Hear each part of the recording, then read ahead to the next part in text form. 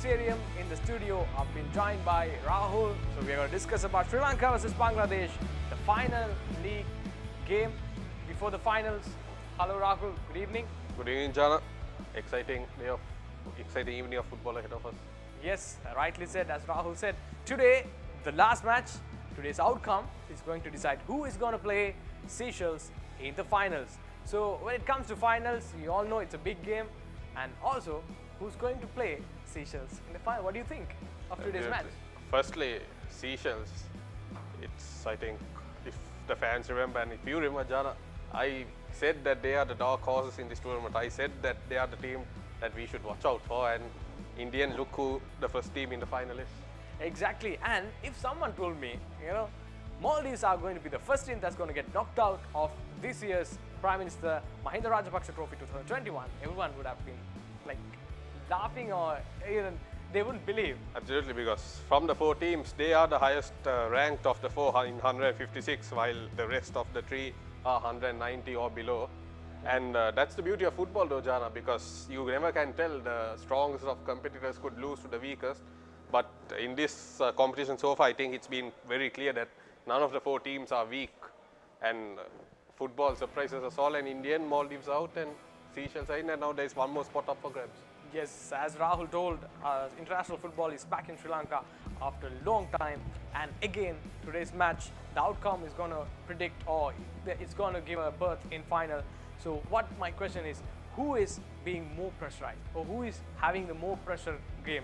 Is it Sri Lanka or Bangladesh? Sri Lanka playing in the home soil, meanwhile again the added pressure of getting into finals, or is it Bangladesh who have traveled all the way from their country to a tournament like this and to get into finals? They also have a huge population who's waiting to see Bangladesh as the champions. So how is the pressure, and how pressurizing it is to play in a knockout game? That's a good and a tough question, Jana, because both teams, despite who is feeling more pressure, will want to be the team that goes into the final. But when you look at the pressure side of it, I think a little bit more pressure lies in the home team in Sri Lanka, because in front of your home fans, you want to please the crowd, you want to make your fans happy. And it's been a long time since football has been in Sri Lanka, international football especially. So what better way to bring it back into Sri Lanka than playing in a final in the first tournament? Yes, so both teams are under pressure pretty much, isn't it? Okay, anyway, my next question would be, what are the possible outcomes? So in case viewers, just tuned in and they want to know who wants how many goals, or like what needs to happen for their team to go in. So what do you say for the audience? It's a pretty clear-cut situation for both teams. It's very simple. Basically for Sri Lanka, it's a must-win situation. Even a 1-0 win would do, but it is a must-win situation. A draw or loss for Sri Lanka would see Bangladesh go through. Bangladesh just need to keep a draw or win the game. But Bangladesh are not a team that just will sit back and try to keep the score at 0-0. They will go for a win, but on the other hand, for Sri Lanka, it is a must-win situation. Yes, and there you see the team buses coming in. It's the Sri Lankan team bus that's making its way into the racecourse stadium, Colombo. So that's the live scenes from a racecourse. And there you see the officials and also the team members, the players getting off the bus. We've got the head coach's speech, interview in a few minutes. So we are tuned into that. And again, you can see the players just making their way onto the ground. Nice. The officials and the players. So again, you can see pretty much relaxed coming off the bus. I think anyway, as professionals, they would show that they are in a pressure situation, but still a huge game, isn't it? Absolutely. These players will know what is expected of them. They will know the pressure that they are going to be facing, and they will know what the fans are expecting. And these are the type of games, these must-win games, that define a player's career and define football for players. So this game is going to define the future of these players for sure, because if they can pull off a win here, the Sri Lankan fans are not going to forget these players for a long, long time. Right, you said, Rahul, and also a tournament for Sri Lanka to win it, to absolutely win it, other than, past tournaments, maybe the SAF or the Asian qualifiers, and we played plenty of tournaments, but still, this tournament is in a very good stage where Sri Lanka can win it. And if Sri Lanka wins it, I think that's a huge step towards the development of Sri Lankan football. Absolutely, because you have to start somewhere, and what better way to start off than winning a trophy in your home country. As we see, so the coaches, players, the captain, all making their way. Yes, after that very bad match against Seychelles, somehow we are blessed again that basically we need any win tonight. Easy to say, always hard. Boys bounce back. They are conscious what is all out of stake, especially for them. We have to be patient. We need just one goal. Whether coming 45 minutes or 90 minutes, that's the same. So rotations are forced due to injury situation with the players. Anything else, everybody's ready. Yellow cards, injuries. So that's the situation right now. Thanks a lot, coach, and all the best.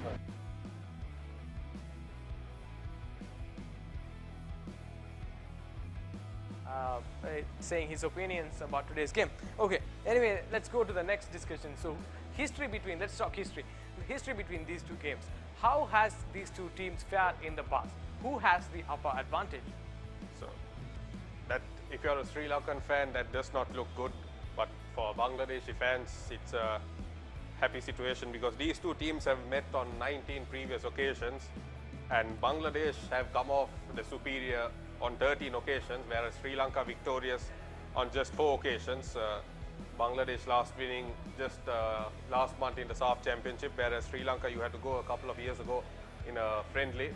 But like you said earlier on, football, crazy things happen, and history, statistics, they don't really mean much. So it comes down to the night when the two teams step onto the pitch, and as I said, these are the type of games that define players. Yes, yes, rightly said, Rahul. And also history is yesterday, today is present. So let's see how Sri Lanka team takes on Bangladesh here.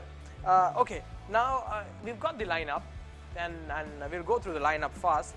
Let's go through the Sri Lankan lineup first. Before that, we've got the Bangladesh team arriving. So we'll see how the Bangladesh head coach shares his thoughts. After that, we could go into the lineup. So Bangladesh team 2 coming into the Race Course Stadium, Colombo. It's quite a chilly night. I would say chilly in terms of Sri Lankan weather. It's quite chilly. It would also be a little humid, but something that the Bangladesh players would have experienced many a time. So it's pretty even in terms of advantage when it comes to the weather situation. But some of these Bangladesh players have experienced these type of situations before, and they are not under as much pressure as Sri Lanka because they only need a draw minimum, whereas Sri Lanka need the win. So there is less pressure on them, but they will want to deliver for their fans, and if they are to go through to the final, they will want to go through with momentum. Yes, I think in the last match and the last matches too, we were talking about how Sri Lanka needs about 2 goals, but actually the win is enough for Sri Lanka as well to go through the final. Absolutely, because it's 3 points that's needed for Sri Lanka, and if they can do that against Seychelles, who already, despite defeating Sri Lanka could use that opportunity to try and fight back and get revenge for the fans. Well, the squad's doing well after beating the Maldives. We had a couple of injured players, they recovered. But like you said, it's a semi-final. Doesn't really matter the points. Who wins will go to the final. Sri Lanka is a strong squad playing at home with their own crowd. They want to do something, then yeah, be difficult, but we also have to do our job and at least secure a point to get to the final. Oh, well, maybe a factor for both teams, really. For both teams, then I think, looking at the field now, it won't be easy to play. Ball will be maybe more direct game. Then yeah, we have to cope with that. I think we're used to playing that style. Sometimes in Bangladesh we have these types of fields in the rainy season. Then it'll be difficult for both teams to play today. I'll play the same team that started in the last game. The Bangladesh head coach Mario Lincio, Guerrero, Lemos, and now we'll go through the lineup, starting with Sri Lanka, or we'll go with the Bangladesh, and then we'll come to the home team. So today, in the starting lineup for Bangladesh, we got MD Rahmat Mia, Topa Barman, the captain, and also a very important player, Jamal Buyan, Suman Reza, Shushanta Tripura, Anishur Rahman, the goalkeeper, Mohammad Ibrahim, Tutul Hossain Badsha, Atikur Rahman Fahad, MD Ridoy and Rakib Hussain all making the starting lineup today. So we'll go for Sri Lanka.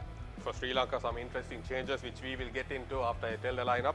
Of course, goalkeeper and skipper Sujam Pereira, Harsha Fernando, Daxan Puslas, the key defender, Chaitra Ratnayaka, Kavin Vishan making his return into the starting 11, Asikur Rahman, Chalna Tamira, Wasim Razik, Marvin Hamilton, Ahmad Chasni and Sasanga Dilhara also into the lineup for the first time. Some interesting changes. Jana. Exactly. So we've seen some interesting changes and also some key players missing. So how do you see about Sri Lanka's lineup? So I think one of the Obvious change, isn't it? obvious changes that everyone will notice is the fact that Dylan De Silva has dropped down to the bench for this very important game. And also Sasanga Dilhara, who is a 22-year-old but a brilliant midfielder, comes in. But fans will be questioning why has Dylan De Silva dropped down onto the bench, especially in a must-win game. And I think the thinking behind Amir Aljic's call there might be the fact that Dylan De Silva was heavily marked in the Seychelles game, and he may be thinking that Bangladesh will be taking the same approach, and maybe he wants to bring Dylan on in the second half with fresh legs to use his pace to try and break that situation, and while the Bangladesh defense may be a little bit tired. Yeah, so it may be a make or break situation as well, because last game we saw the Maldives even tried almost the same tactics, and they brought in their Ali Ashfaq, into the game a bit later. Absolutely, but as we saw in that game, that tactic doesn't always work, because Ali Ashfaq, brilliant record goal scorer for Maldives, but once he came on, you were there, you saw that the game had already shifted in Seychelles' favour, even though it ended in a draw, and by the time Ali Ashfaq came on, he was no unable real impact into the game, isn't he it? couldn't bring any impact. So that's a risk that Sri Lanka are taking by keeping Dylan to bring him on in the second half maybe. Yeah, but so let's see. But Sasanga Dilhara by no means is a drop in quality, because he is a brilliant midfielder or a forward for Sri Lanka, and I'm sure fans will be excited to see what he can deliver for the national team in this must-win game. Yes, Rahul told, maybe few changes, suddenly Dilhara starting to feed balls into Wasim Razik. So that's something the forward would love to know, because of the last match, everyone know what happened due to the man marking. Anyway, so what are the tactics you could see from Sri Lanka, from Bangladesh? What are things that would happen and how it can be countered? Maybe we could start with the long balls of the Bangladesh defense. Berman and Batra, we saw those diagonal balls from left to right and right to left. So it was quite impressive. So as a team, I think... Absolutely, because Tofu Barman, as we saw in the last few games and previous tournaments as well, he is not just a rock in the defense for Bangladesh, but in his terms of long passing, his passing is always almost pinpoint accurate, because in the last game against Seychelles or Maldives, I believe, he kept pinging the passes from the back line all the way to the forwards to Reza and Razak and the like. wingers also coming into the game. Absolutely, he brought them into the game with his long passes, and he's also, despite being a defender, he's the leading goal scorer from the current Bangladesh squad. So he's not just a defender, he's also a goal threat for Sri Lanka. So that's one thing they'll need to watch out for, because they know that, because he's the one who scored against us in the SAF Championship. Yes, rightly said. And the other tactically asked question, or maybe a thing that's a concern, is no shots on target last match for Sri Lanka. Absolutely, that's one thing that Sri Lanka definitely, hopefully have looked into and hopefully have trained on, because when you don't have any shots on target, Sri Lanka had 10 shots last game, but none of them were on target, which shows how wasteful Sri Lanka were with the opportunities in the last game. And when you compare that with the 4 goals they scored against Maldives, we saw that one of the main reasons was the fact that Dylan De Silva was heavily man-marked. But that's not a valid excuse when it comes to an international game, because you can't say that, okay, one key player was man-marked, because of that there were 0 shots on target. When the one player gets man-marked, they need to come up with some quick tactics and come up with a new plan and get the ball in. And I hope that for Sri Lankan fans' sake, that's what has happened here with the likes of Sasang Dilhara, Kavin Vishan returning with his pace. So one thing, and the other thing that Sri Lanka need to improve on is, I think we both noticed that when they get to promising positions, they're putting crosses left, right and center, but without really looking if there are any targets there. They do it, they put in the cross, but aimlessly. So that's one thing they need to improve, to keep hold of possession without giving it away cheaply. Yes, rightly said. And also I think Sri Lanka needs to improve a bit on ball progression, keeping the ball with themselves and not losing it. So that's one thing. And again, with the torrential rains, the ground staff has done a very good job in making sure the ground is very good to back in a very good state. So that's another applause for them. So all happening here. Again, the last game, Sri Lanka, Bangladesh, two teams battling it out here. Any predictions from your side? I predict a very good game, that's it for sure, because hopefully Bangladesh, despite needing a draw, I don't see them sitting back, but hopefully they don't. I want, because fans, neutral fans will want to see an exciting game. And Sri Lanka, on the other hand, for the sake of Sri Lankan fans, hopefully they do not sit back, because there is nothing to lose now for Sri Lanka. They need the win. A draw is not going to cut it for them. So they need to go for it. They need to create the chances, and they need to bring a win for the home fans' sake. If not, they are going to get knocked out on their home turf. Yes, but as Rahul said, a good point. I think throughout this tournament, a very welcoming thing was Sri Lanka team didn't look like sitting back, even though when they were goals back or when there was a deficit, they were attacking. So that's what happened in the first match as well. That impressive comeback. Still, everyone reels on it because it was such an impressive match. Even in the second match, even though Sri Lanka looked like on the back foot, but still they weren't sitting back. They were trying for the goals, but only thing, unfortunately, they didn't get the chance they needed. So that was a very welcoming sign, isn't it? Absolutely, because in that first game, when you come back from 4-0 down to 4-4 in less than 30 minutes, that shows the fighting spirit the Golden Army has. And that fighting spirit is exactly what the Sri Lankan fans will be wanting to see out there against Bangladesh today. And hopefully Bangladesh and Sri Lanka both give us a good game, but for Sri Lankan fans, hopefully we get to see more of that fighting spirit by the Sri Lankan game. Yeah, let's talk about key players as well. In the meantime, I think we are just a few minutes from the kickoff. So key players for Sri Lanka, one of them, Daxan Puslas. Daxan was really good in terms of clearance, those acrobatic clearance, and also a few tackles put in. I think he's one player to watch out, isn't it? Absolutely, Daxan Puslas was a solid man in defense, not just in the last game, but over the last so many years for Sri Lanka. Sujan Pereira also made brilliant saves in the last game, as well as in the previous game as well. But as critical as it is to say, maybe a little too critical, some fans may get upset with me for saying it, but it was a slight error on his part that led to the goal that Seychelles scored. But he did make up for that with a few saves, but he needs to, if he can keep making the saves and keep the errors down, which he barely makes, let's be honest. Sri Lanka are in a good chance, but also other key players like Wasim Razik scored 4 goals against Maldives. Still the leading goal scorer in the tournament. Absolutely, yeah. With 4 goals. Don't know if anyone is going to catch that. But 4 goals for him. Again, I think Bangladesh might try to man-mark him as well, but then the likes of Kavin Vishan, very experienced, and then we have Mohammad Fazal on the bench, who Bangladesh will know very well. He has scored some great goals against them. So a lot of key players, and of course Dylan De Silva waiting to come on from the bench.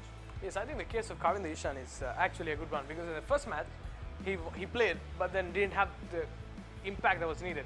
In the second game he was quite good. Absolutely, because that's the main thing I think that happened in the second game, was that he came off from the bench with fresh legs, via the Seychelles defense were maybe a little bit tired, but we also saw that in the first half there was not much attacking chances, because when Kavin Vishan is on the field with his pace and his skills, he creates chances, he gets into dangerous areas. So hopefully that's why Sri Lanka have brought him back into the 11, because they took a gamble starting Akib ahead of him. It didn't quite pay off against Seychelles, so I think they've gone back to Kavin Vishan, and let's see what impact that has. And of course we have the likes of Hamilton as well, who need to play a key role with the experience he possesses. Yeah, I think he was quite good. He was the first mode of attack, and also he was the first wall of defense for Sri Lanka. And also talking about Bangladesh, those two centre backs, they were quite good. One of them was Burman and the other was Batra. I think especially more than defense, their ball progression and also the ball feeding was quite good for Bangladesh. Absolutely, there are two defenders who have played together for a long time, so you know what they say, when it comes to a centre-back partnership, it's important that they do have a connection, and that's a very strong connection Bangladesh have. Okay, we've talked a lot, and now it's all action. You can see the players making onto the field. and they are just making their way onto the field, and also the referee. We hope you have a very interesting match. We also hope the same. Good luck to both teams. Thank you. Absolutely. Let's hope for a cracking game.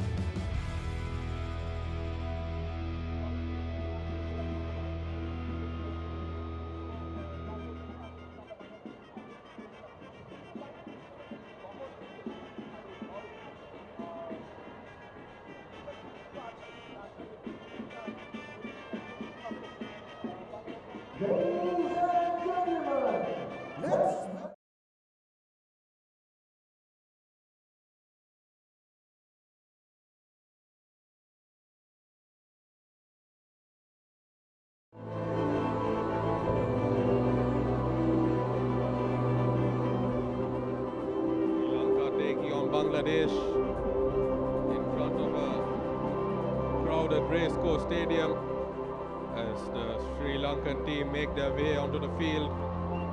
It's pretty simple. Sri Lanka in a must-win situation to go through to the grand final. Bangladesh needing just a draw or a win. They will take either.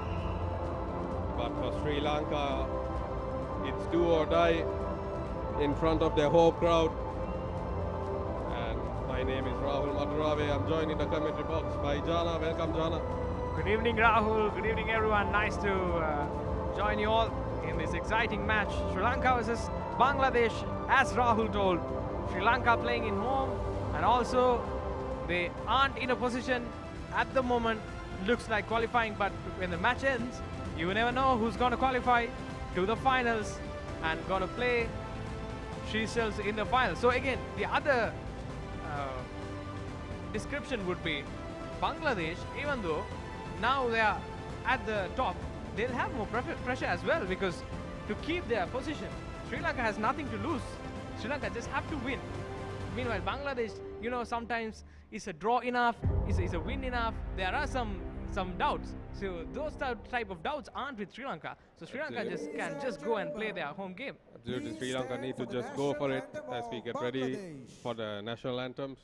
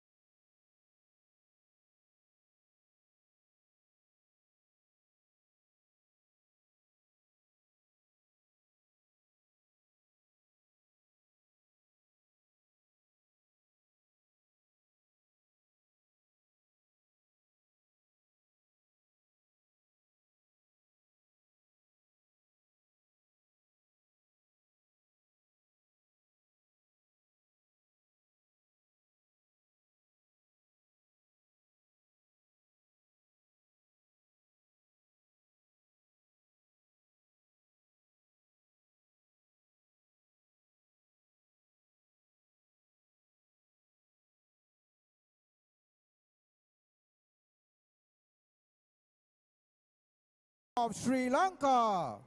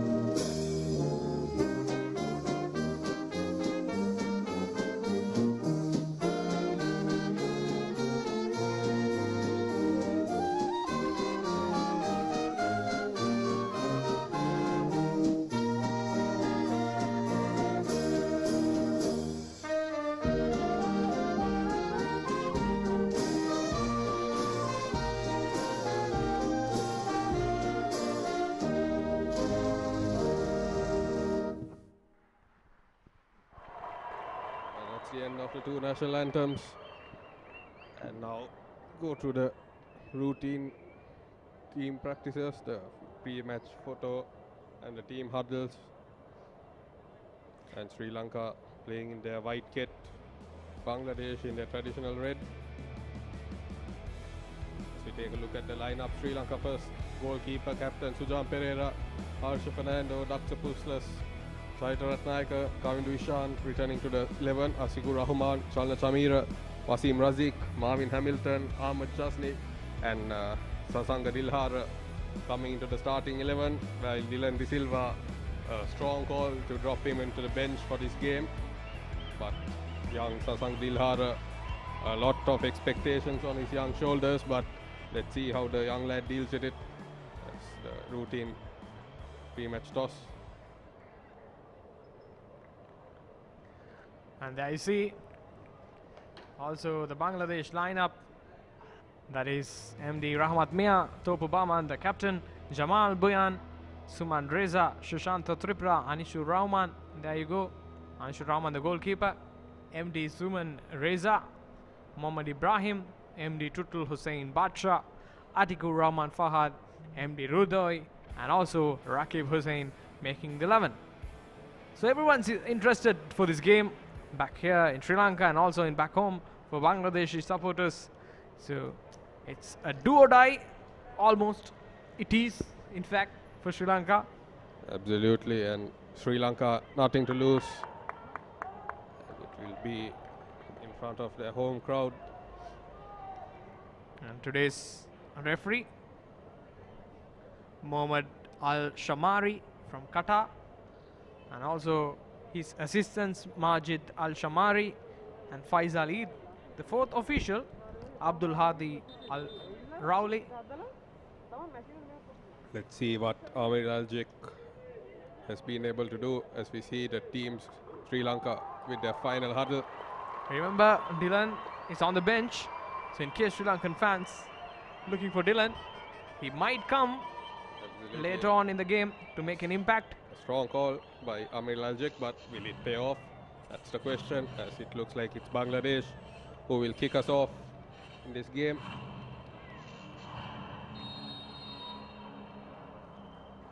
And that's the kickoff. Sri Lanka already going for the long ball on the left side.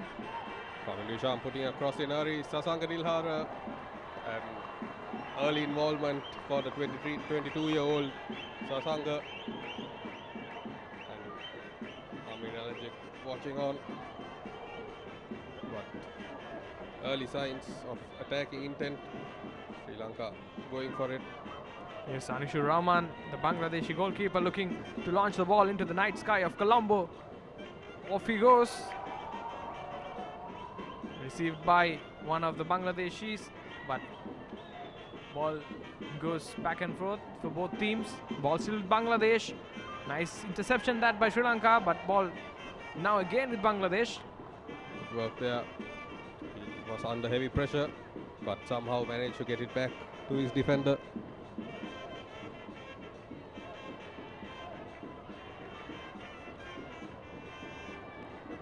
now in Hamilton. Free kick conceded and taken. Harsha Fernando goes for the long ball to link up with Kavin Dushan. Wins a throw in high up the field for Sri Lanka. Yeah, sometimes plays with flair. We think that a touch too much sometimes. Absolutely, and already long throw in by Harsha Fernando is being readied up. That shows the attacking intent early on, which is good to see. And a lot of players inside the box. Yes, Sri Lanka committing movement into the box. There it goes, and the first save for Anishu Rahman. That's a shot on target for Sri Lanka. Good signs early on. Long throw and a successful header by Kavin Dushan, but couldn't get much power behind it. But again, strong signs early on by the Golden Army, but now Bangladesh looking to respond. Jamal Boyan progressing the ball through the left side, tries to put in a cross, says it's a handball, but referee says nothing doing. Daxon again, as ever present in the back line of Sri Lanka. Daxon Puslas. Chamod Dilshan also has dropped onto the bench, by the way, something we didn't mention too much, but see a replay.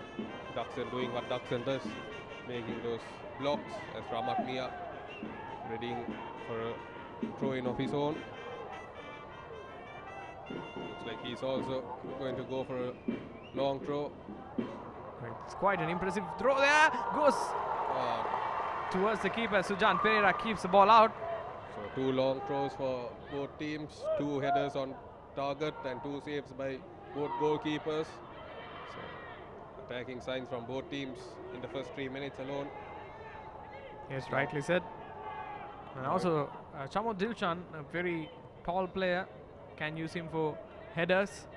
But today maybe the tactics have changed for the Sri Lankan coach. Absolutely. He didn't make much of an impact in the last few games. As now Kavin Dushan once again. He gets past one, goes for the long range shot. Oh, that was hit with so much of venom.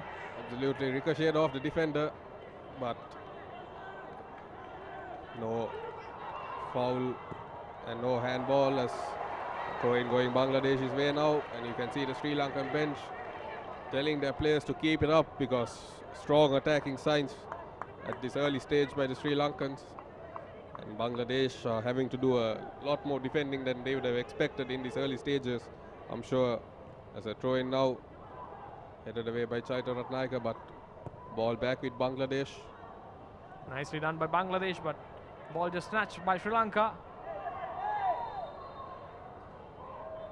And player goes down for Sri Lanka. In fact, for Bangladesh, I should say.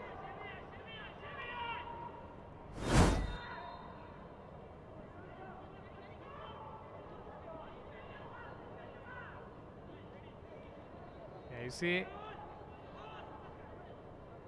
going for the ball, challenge coming from the back.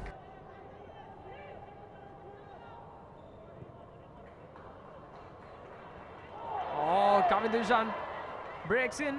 He has Wasim in the box. He didn't go for him. Oh, vital block. A vital block, and that was the young Sasanka Dilhara once again. And already in the first 5 minutes, this youngster is showing why he was chosen to start in this game. Kavin Dushan broke in, and Sasanka Dilhara took it first time, but a crucial intervention by Ramat Mia. And Bangladesh lived to keep fighting.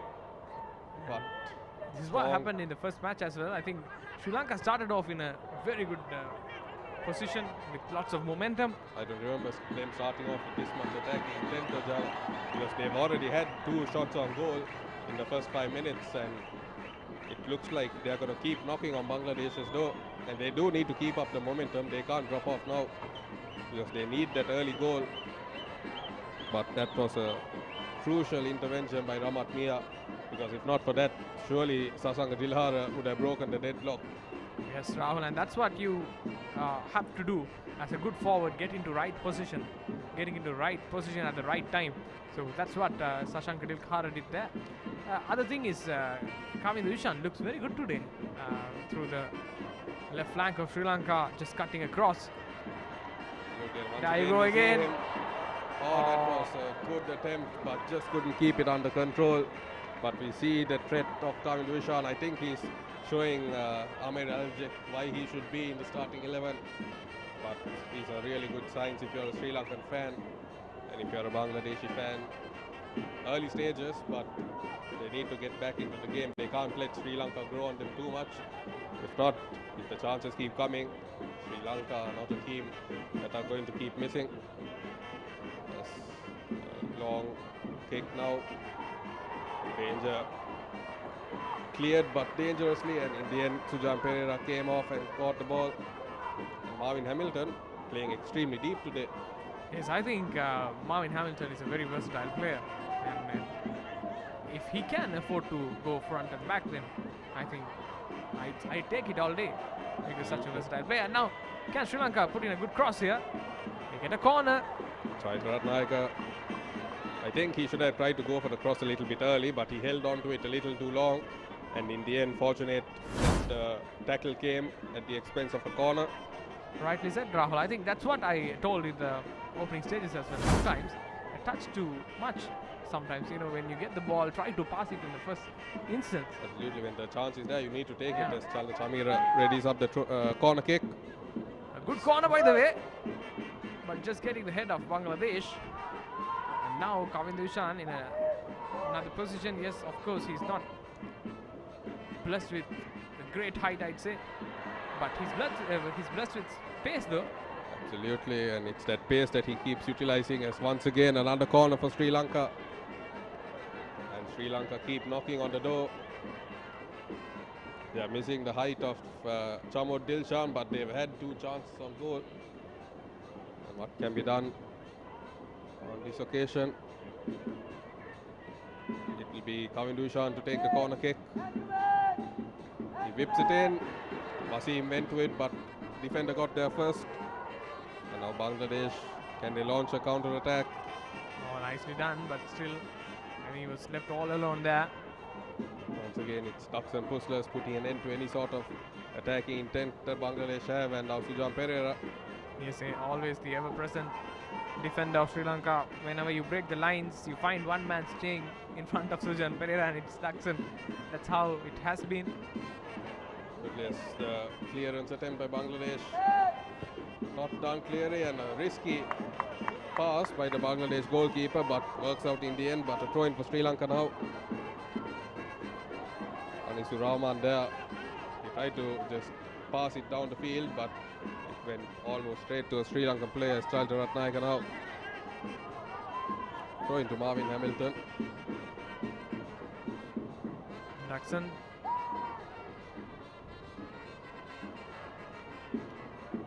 And in the pre-match show, we were talking about how the diagonal balls of Bangladesh was a huge threat, and suddenly the diagonal balls of Sri Lankan centre-backs have become a threat as well. Absolutely.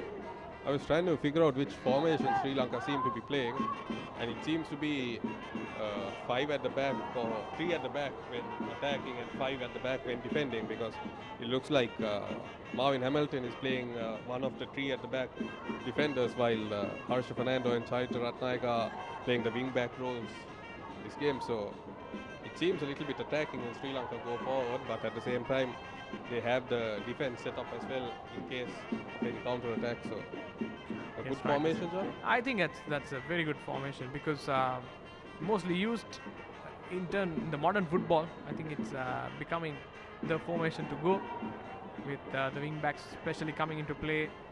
Sometimes when you can't bypass the centre backs, all you can do when you have good wing backs, you can put in that crosses and get beyond the centre backs. I think that's a very good formation, but again, you have to get your crosses right. And also, yes, we've seen Harsha Fernando as a wing back. He has done well, but Chaitra Ratnayaka, we are still yet to see anything much from him. But let's see what he can do in this match, as we see a foul won by Sri Lanka, much to the disbelief of the Maldivian bench, Bangladesh bench. I think this is unnecessary. There you see.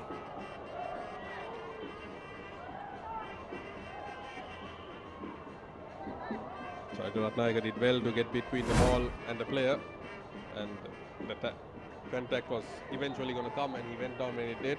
Yes, that was number 2 of Bangladesh. Rakib Hussain. There you see Sasanga pressing the defenders and the goalkeeper as well. Anishur again, a very good kick. Footless there. Acrobatic save. Referee waving play on. Sri Lanka need to keep up their attacking intent. They can't let Bangladesh grow into this game, because if they do, it could smell trouble, because all Bangladesh need is a draw, whereas Sri Lanka need to go for the win. So they need to get that first goal, and they need to get it as early as possible to put the pressure on Bangladesh. Play still down for Bangladesh here. And also good sportsmanship there from Sri Lanka. They won the attack. They were almost into the final third in Bangladesh's field. But again, they acknowledged the player who was down. And he was Ibrahim, the forward of Bangladesh. Went for the ball, but still, I think... Crunching tackle, but yes, referee had a perfect view of it, and he said play on. But it doesn't make that any less painful for the player. But fortunately, he's up and about again. Now it will be Bangladesh who have the throw in. Usually what happens in these situations is they give possession back to the other team. And indeed, sportsmanship continues. Ball right back to Sujan Pereira. Hamilton on the wall. There you see the Bangladesh forward trying to press, but they'll go for long. But I think maybe he could have gone for other options there. Hamilton had the right intentions, but much too much power on that kick in no man's land, and Anisu Rahman had to do nothing but watch it roll out for a goal kick.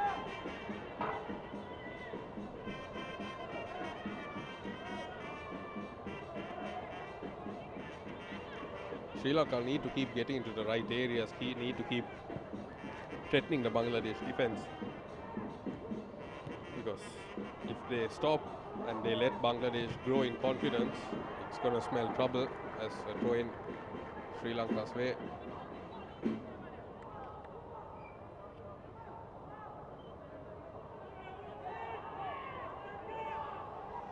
Now Sri Lanka waiting for the throw in, just asking his teammates to be in better positions there.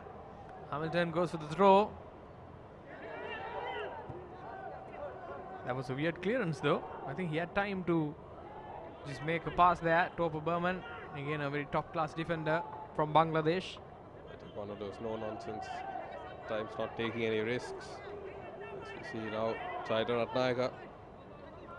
He tries to find Sasanga Dilhara, and another throw into Sri Lanka up the field. Rakib Hussain. As we see the Sri Lankan bench very busy, doling out instructions and tactics. Ball given straight to Bangladesh. Chaitra Ratnayaka. Takes a deflection. It's going to be a throw in for Bangladesh now. Chaitra Ratnayaka giving the ball position away a little bit too cheaply there. But we'll wait and see. Ramat Mia. He's not happy.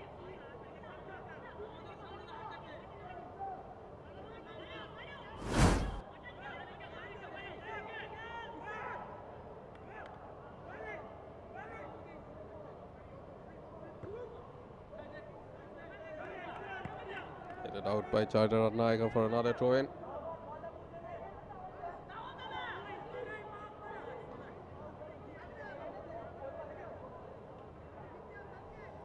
Bangladesh going for the throw, a very long one, but goes straight into a Sri Lankan head. Now Hamilton trying to shield the ball, does very well. Has he put the ball out? No, ball still in play, but falls very conveniently for a Bangladesh player. Now over the top, but once again, no forwards in the area, and Sujan Pereira collects. That's the advantage of Marvin Hamilton. His strength and physique allows him to shield off players with the strength he has, and we saw it just there as now Sri Lanka over the top ball to try and link up with Kavin Vishan, but just a touch too powerful. And Amir Aljek You can see the stress and frustration on his face. Sri Lanka need to keep things under control here because they can't let this get away from them. Looks like they're trying to play a front three with Wasim in the middle with Kavindu and Sasanga on either side. But you can see, Rahul, that suddenly, just seeing a few patterns of the last game, Sri Lanka starting very well.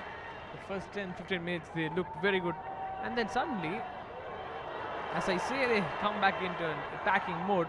This is what I and most Sri Lankan. Absolutely, because that's what I keep saying. They can't let Bangladesh grow into the game, because when they start off strong, they need to keep it up. They need to keep the pressure on the defense. But when they sit back a little bit, or when they let things cool down a little bit, it gives the opposition team a chance to get back into the game, which we may be seeing here. Yes, rightly said.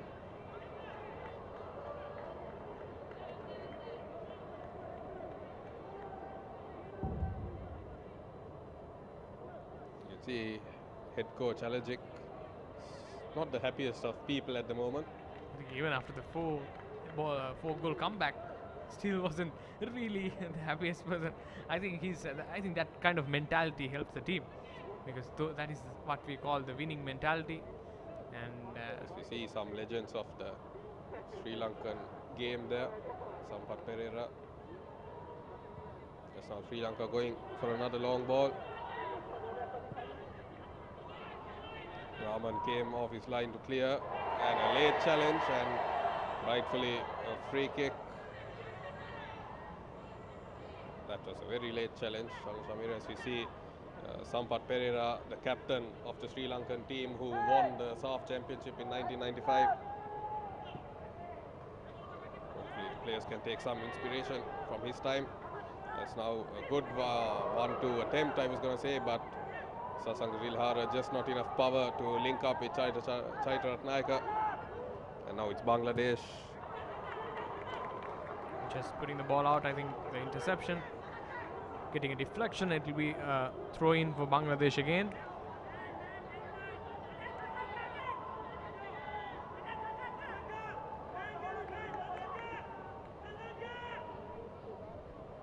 Ramat Mia there. Throw in didn't work for Bangladesh, and now Sri Lanka back in possession. Kavindu Ishan on the left. Harsha Fernando. Needs to link up with a teammate, goes for it. He finds Kavindu Ishan. Kavindu Ishan just couldn't stay on his feet. I think he just got a cramp there. He was down on the field with a cramp. Sri Lankan fans will be praying it's nothing serious as Jamal Buyan puts the ball out of play. And Sri Lankan fans will have their hearts in their mouth. Kavindu Ishan has been one of the key players so far, and he's holding his leg in some discomfort.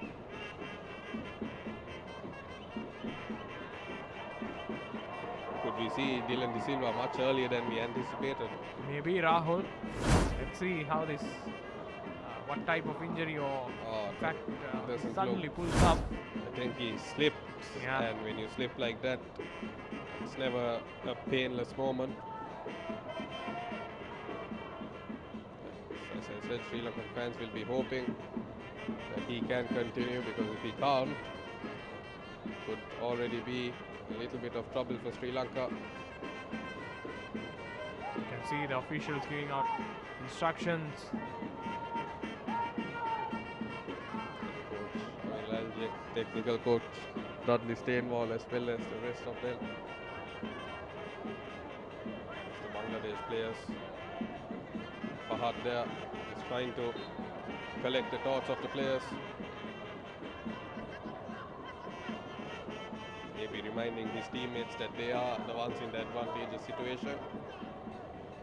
See Mohammad Chazni in the starting 11 for the second game running.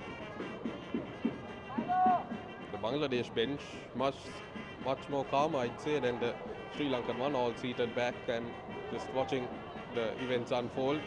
As I told Rahul, even though they might look calm now, and also they are in a winning position now, but they also have the fear of being in a very good position and suddenly giving away. Absolutely, as Sri Lanka currently playing with a man down. Kevin Dushan receiving some treatment on the sidelines. So, a long ball now. Good work by Daxon, allowing Sujan to collect the ball. Just guiding its way into Sujan. And Sujan goes for the long ball. Good work by Chaitra Ratnayaka. A poor attempted pass. Sees possession right back with Bangladesh. Now Bangladesh. A crucial intervention by Marvin Hamilton. Good work, and now the follow-up. Once again, not really connecting, but Sri Lanka high up the field, getting the ball. Sasanga Dilhara. Oh, that was a wasted chance indeed. He had other options. Wasim as well. Razik, I beg your pardon. That was, I think, the closest or one of the best chances. That was, if he could have kept that on target, maybe it could have smelled trouble for Bangladesh. He did absolutely brilliantly to get past the defender. Yeah, exactly. That was some very good dribbling he had to do to get past all of them, and then finally not able to keep the shot down. Ball just flying from the second that hit his leg. If he can keep that up, they can keep the pressure on the Bangladesh defenders. As we see the replay, he did really well to get into that position.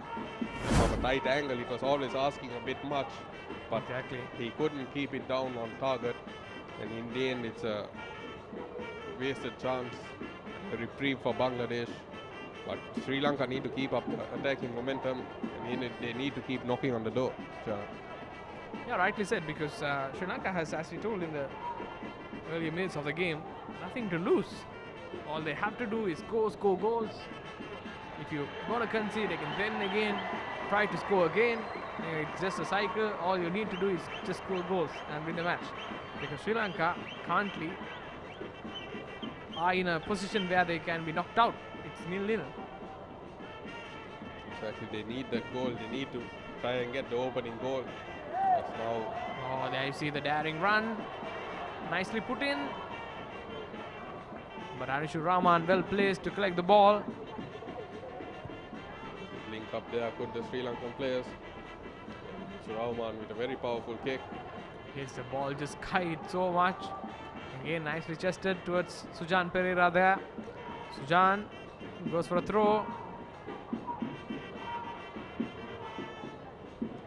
Fernando, Kevin Dushan, fortunately back on the field and seems okay.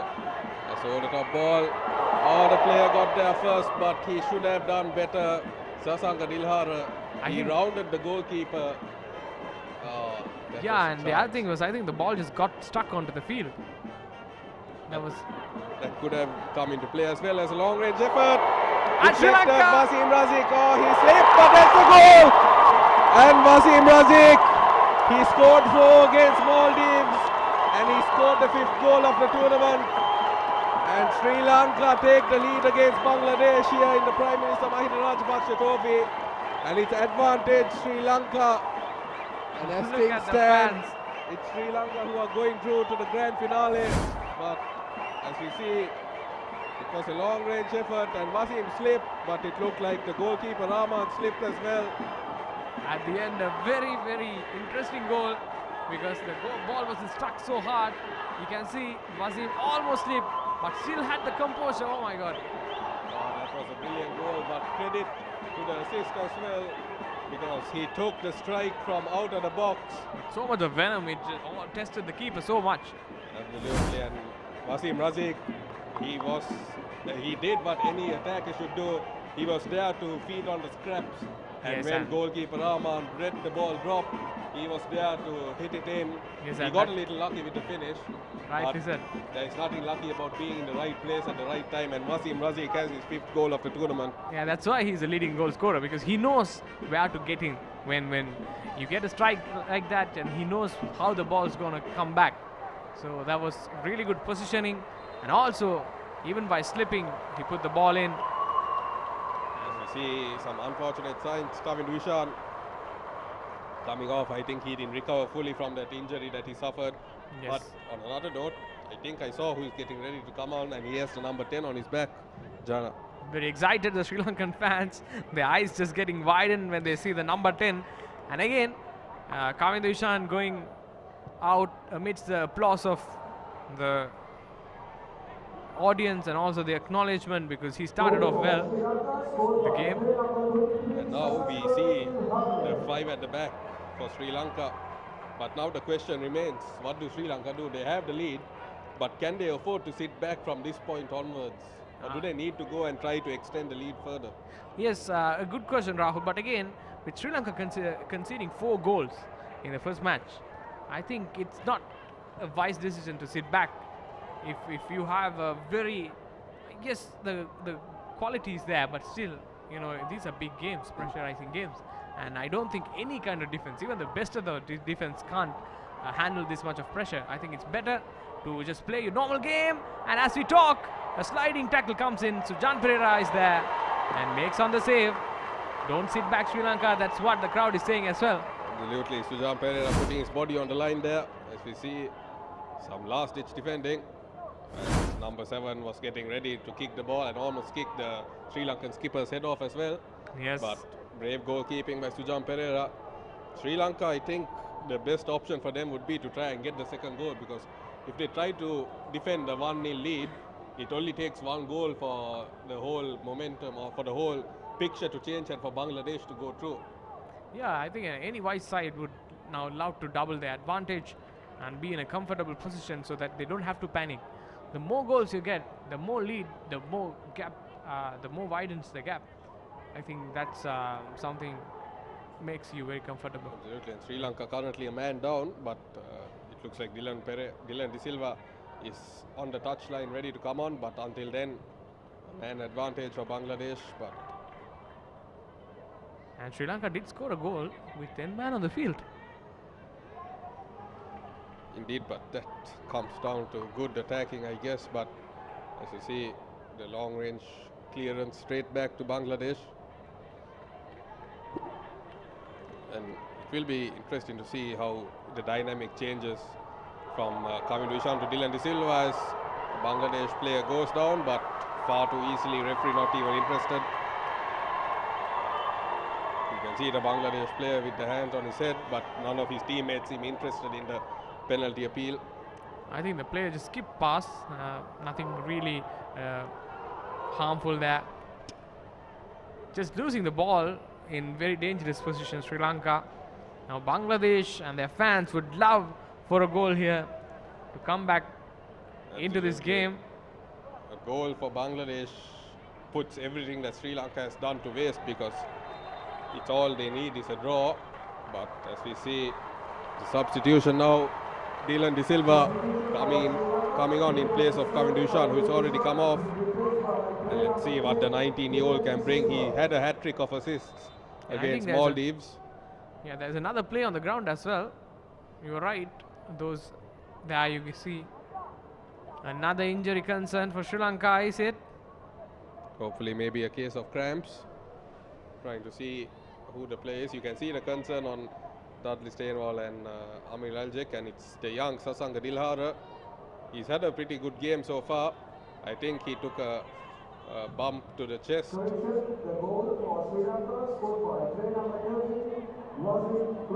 Getting some of that magic spray on. Rightly said. These days, you know, when you get cramps, when you get minor niggles, all you need is that magic spray. And he's back on his toes now. No problem. So Dylan comes in. Is there more drama to this match? That's the next question.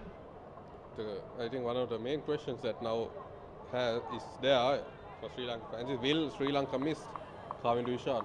Yeah, especially the pace and also the dribbling qualities. He did well in the first few minutes, and let's see if Dylan De Silva, we've already seen what Dylan can do, and Sri Lankan fans will be hoping he can create more of that magic he did against Maldives. As we see a vital intervention there, Dylan's first contribution, and that is not a good sign. And you see Alajic very frustrated. Dylan's first contribution was a sliding tackle, and in this muddy outfield, he's already down holding his leg. It's not what Sri Lankan fans or Sri Lankan players would have wanted to see. Yeah, and also in such pain visibly. What happened there? Oh, that looks a bit ugly because we saw the ankle almost striking the field. And his knee as well might have stretched it a little bit, but hopefully he will be okay. He came on less than a minute ago, and he is the key player Sri Lankan fans would have been waiting to see on the field. And if he cannot continue, that could smell trouble, and he does not look to be in the best of conditions at the moment. And once again, Sri Lanka find themselves a man down, and I think they have just signaled for a substitution, isn't it? it is soft signal as a goal line clearance by Ducks and Puzzlers. But the goal is given. It's not given, Jana. Let's not worry fans yet. I think not too sure what's happening. And a red card. I think It just struck the hand. Is it? I think the referee is saying that Ducks and Puzzlers did a Luis Suarez moment there. We need to see a replay of it. And Maybe he will stay to watch the penalty as well, but let's take a look at the replay. Sri Lanka a man down when this corner came in. Ducks and Puzzlers on the line, and it looks to be clear as day. He's signaling that it was his chest, but from that angle it's a little difficult to say. I think this angle would give us a clearer picture. Oh, it's 50-50, I'd say. Still not a clear view.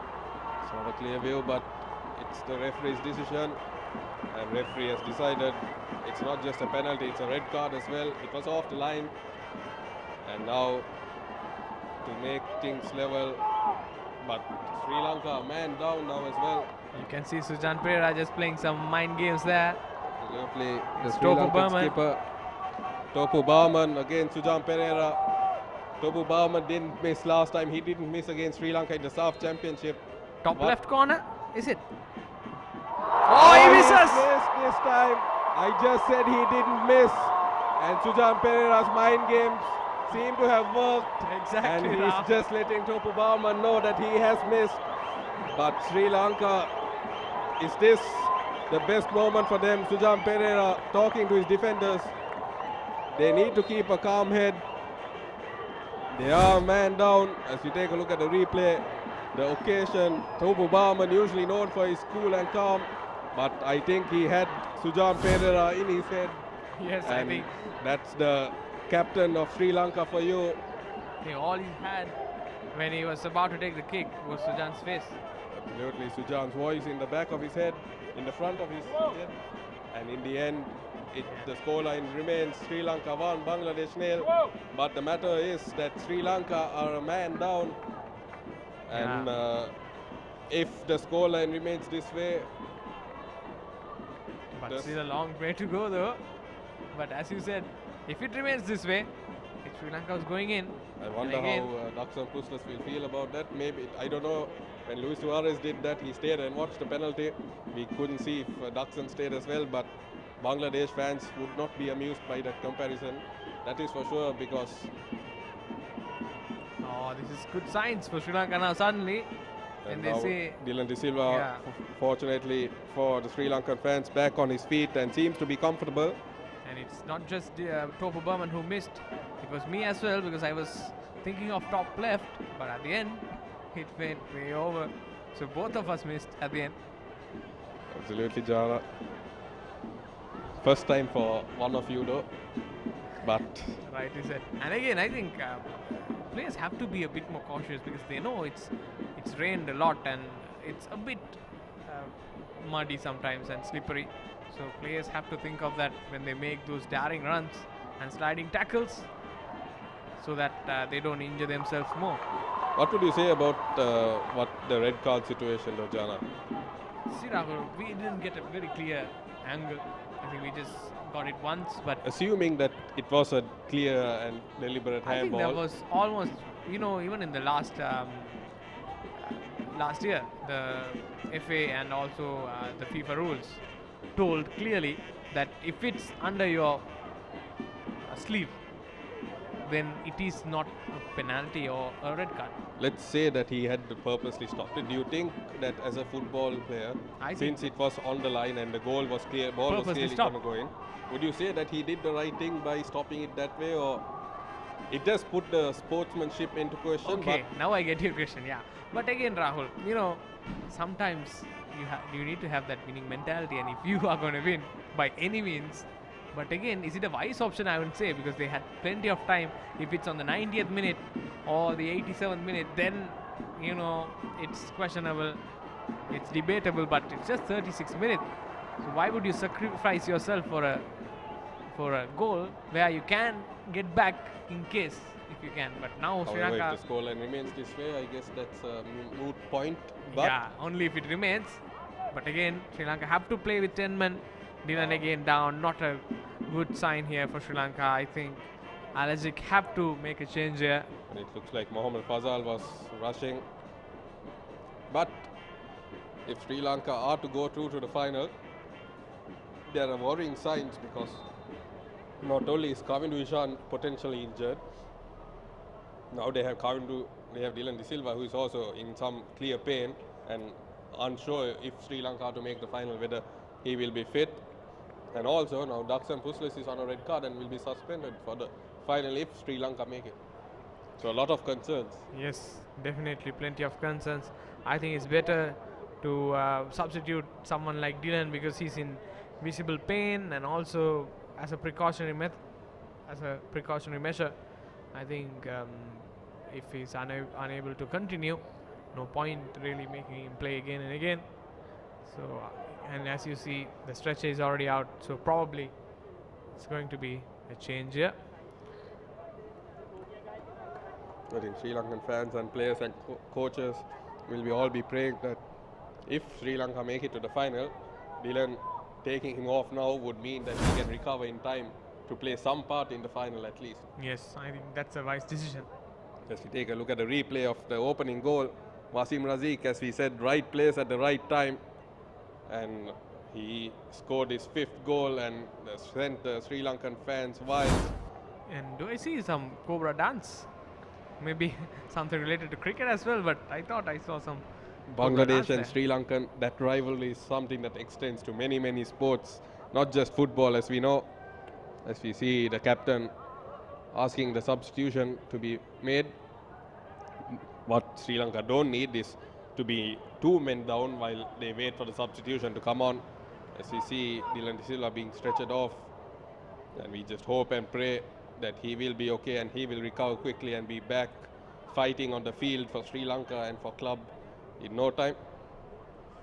Yes, again, a very talented footballer with huge potential, with good future. Sri Lanka have to preserve him for the upcoming games and also for the many years to come. And you see some tactics being exchanged on the touchline between some of the defenders.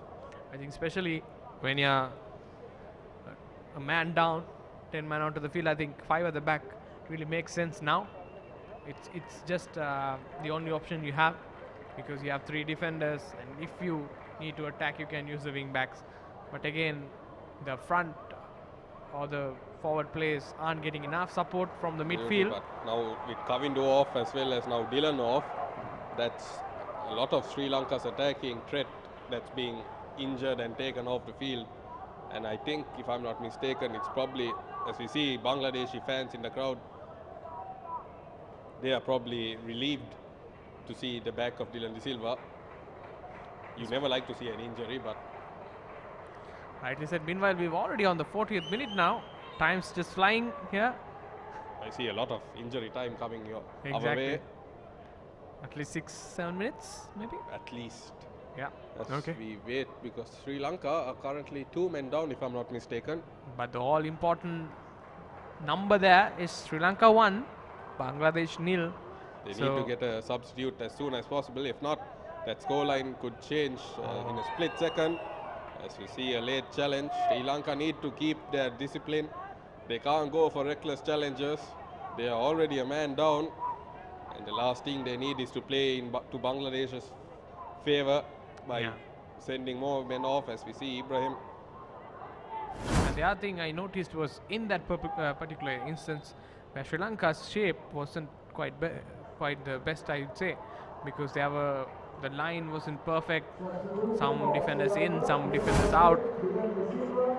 And we see the substitution. It looks like it will be Jude Suman, who is coming on in place of the injured Dylan De Silva. A very talented player, I'd say. Absolutely, more of a defensive change as Sujan came off his line, punched away, danger still not clear. Sri Lanka need to clear the lines, and a vital block by the goal scorer Wasim Razik. He needs to be careful. Dylan De Silva injured himself by trying to do defensive duties, but it's good to see that Wasim is not just scoring but he's defending as well. I think not just Sri Lankans, but even the Bangladesh players, when the players are sliding, all the fans are almost, having their hearts in their mouth, making sure nothing happens. Absolutely. It's now Ramat Mia going for a long throw in. It's not the best. Poor clearance by Sri Lanka. Again, just putting their heart out to defend Sri Lanka. Now it goes out, but ball, is it going to roll out? Referee blew the whistle. I think he called for a free kick.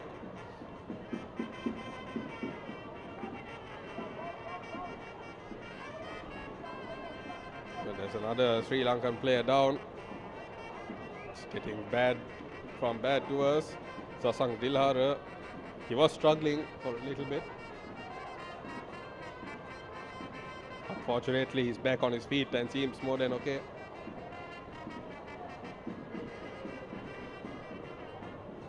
Sujan Pereira with the ball. Sri Lankan skipper, the goal guardian. And also, it was quite impressive how he distracted Tobu Burman in the penalty kick. I think it should be talked a lot. That is what you want from not just your captain, but your goalkeeper, to get into the players' heads and put them off. And it's up to the penalty taker to avoid mind games and to not let it affect them. But Sujan Pereira is just too good for that. Yes, Sri Lanka's bench, the dugout, and just very vocal. Charith Ratnayaka. This time, not a long run up. Sri Lanka still keeping the ball in, but now eventually the ball stays in, but the player goes out. Trying to press hard here, Sri Lanka. Oh, nicely done. And Bangladesh should utilize this 10-man Sri Lanka to score a goal, because now they have the man advantage. They are in the dominating position in terms of manpower. Absolutely, and it comes down to Sri Lanka to make sure that despite being a man down, they don't let Bangladesh get on top of them. They need to keep the pressure, because in football we've seen on many occasions, just because a team is a man down doesn't make them the weaker team. Exactly. Even if you are a man down, if you just position yourself in a very good manner and also use your men wisely, I think it's almost 11 to 10. Not a very huge advantage, I'd say. We've seen teams holding on with 10 people in the past. Absolutely, there have been many games where we've questioned, is it really the red carded team who are down 10 men, or is it the other teams? So Sri Lanka need to try and make an example like that, as we see Bangladesh doing well. Defensive clearance attempt by Sri Lanka. Oh, you can see Bangladesh pressing so high up. Bangladesh will know that this doesn't affect, the scoreline doesn't do them any favors, as we wait to see how much at a time, and it's just 4 minutes of at a time. I think Sri Lanka would be so happy with it, just to get off the half time, then just think about the second half. Absolutely. But what will be crucial to see, as we see Sri Lanka defense living a little dangerously there, how the two managers can affect their team's morale coming into the second half. As we see Sri Lanka now, Wasim Razik, he breaks into the box, he has no support though, and he tried to put in a ball, but he had absolutely no support. He needed support. Maybe could have cut back, but again, under pressure, very hard, with almost two defenders coming at him. even to cut back. I didn't see any players making that run until very late. As now Sri Lanka, oh, that was a crucial intervention. Sujan Pereira came well off his line. Oh, look at Alajic just shouting out instructions, and hopefully when a player is down, if it's frustration or injury, it looks very bad because suddenly people think, oh, are we going to another injury here? Sujan Pereira came off his line and Rakib Hossain did well to square it away, but fortunately Asikur Rahman got there first and cleared it away at the expense of a corner. But Sri Lanka living dangerously in injury time. Corner kick. Oh, there you can see a Bangladesh player almost trying to buy a penalty there.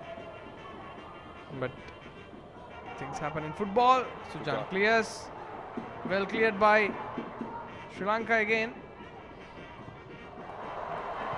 And a no-nonsense clearance. And stopped by the Bangladesh coach from going too far, so they can resume play quickly. And there you see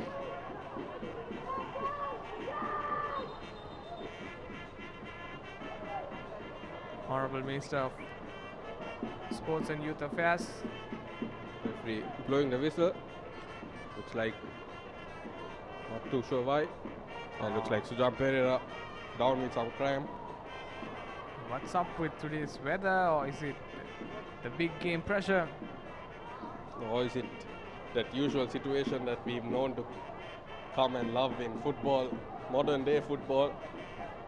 You love it if you're a fan of the team that's doing it. You hate it if absolutely you're a fan hate of it. when especially when it happens against the team you support, you almost is very frustrated. Now Bangladesh going for the long ball. Mia Puts in a cross, but Hamilton well positioned. As I told you in the last match, the positioning of Marvin Hamilton has been really good. Trying to just clear it, but just misplaces it and goes for a corner. For a throw in, but in the end it's out for a corner, and he'll be hoping that nothing comes of the corner, because the corner could have been avoided. But this could be the last chance, and it will be skipper Jamal Duyan.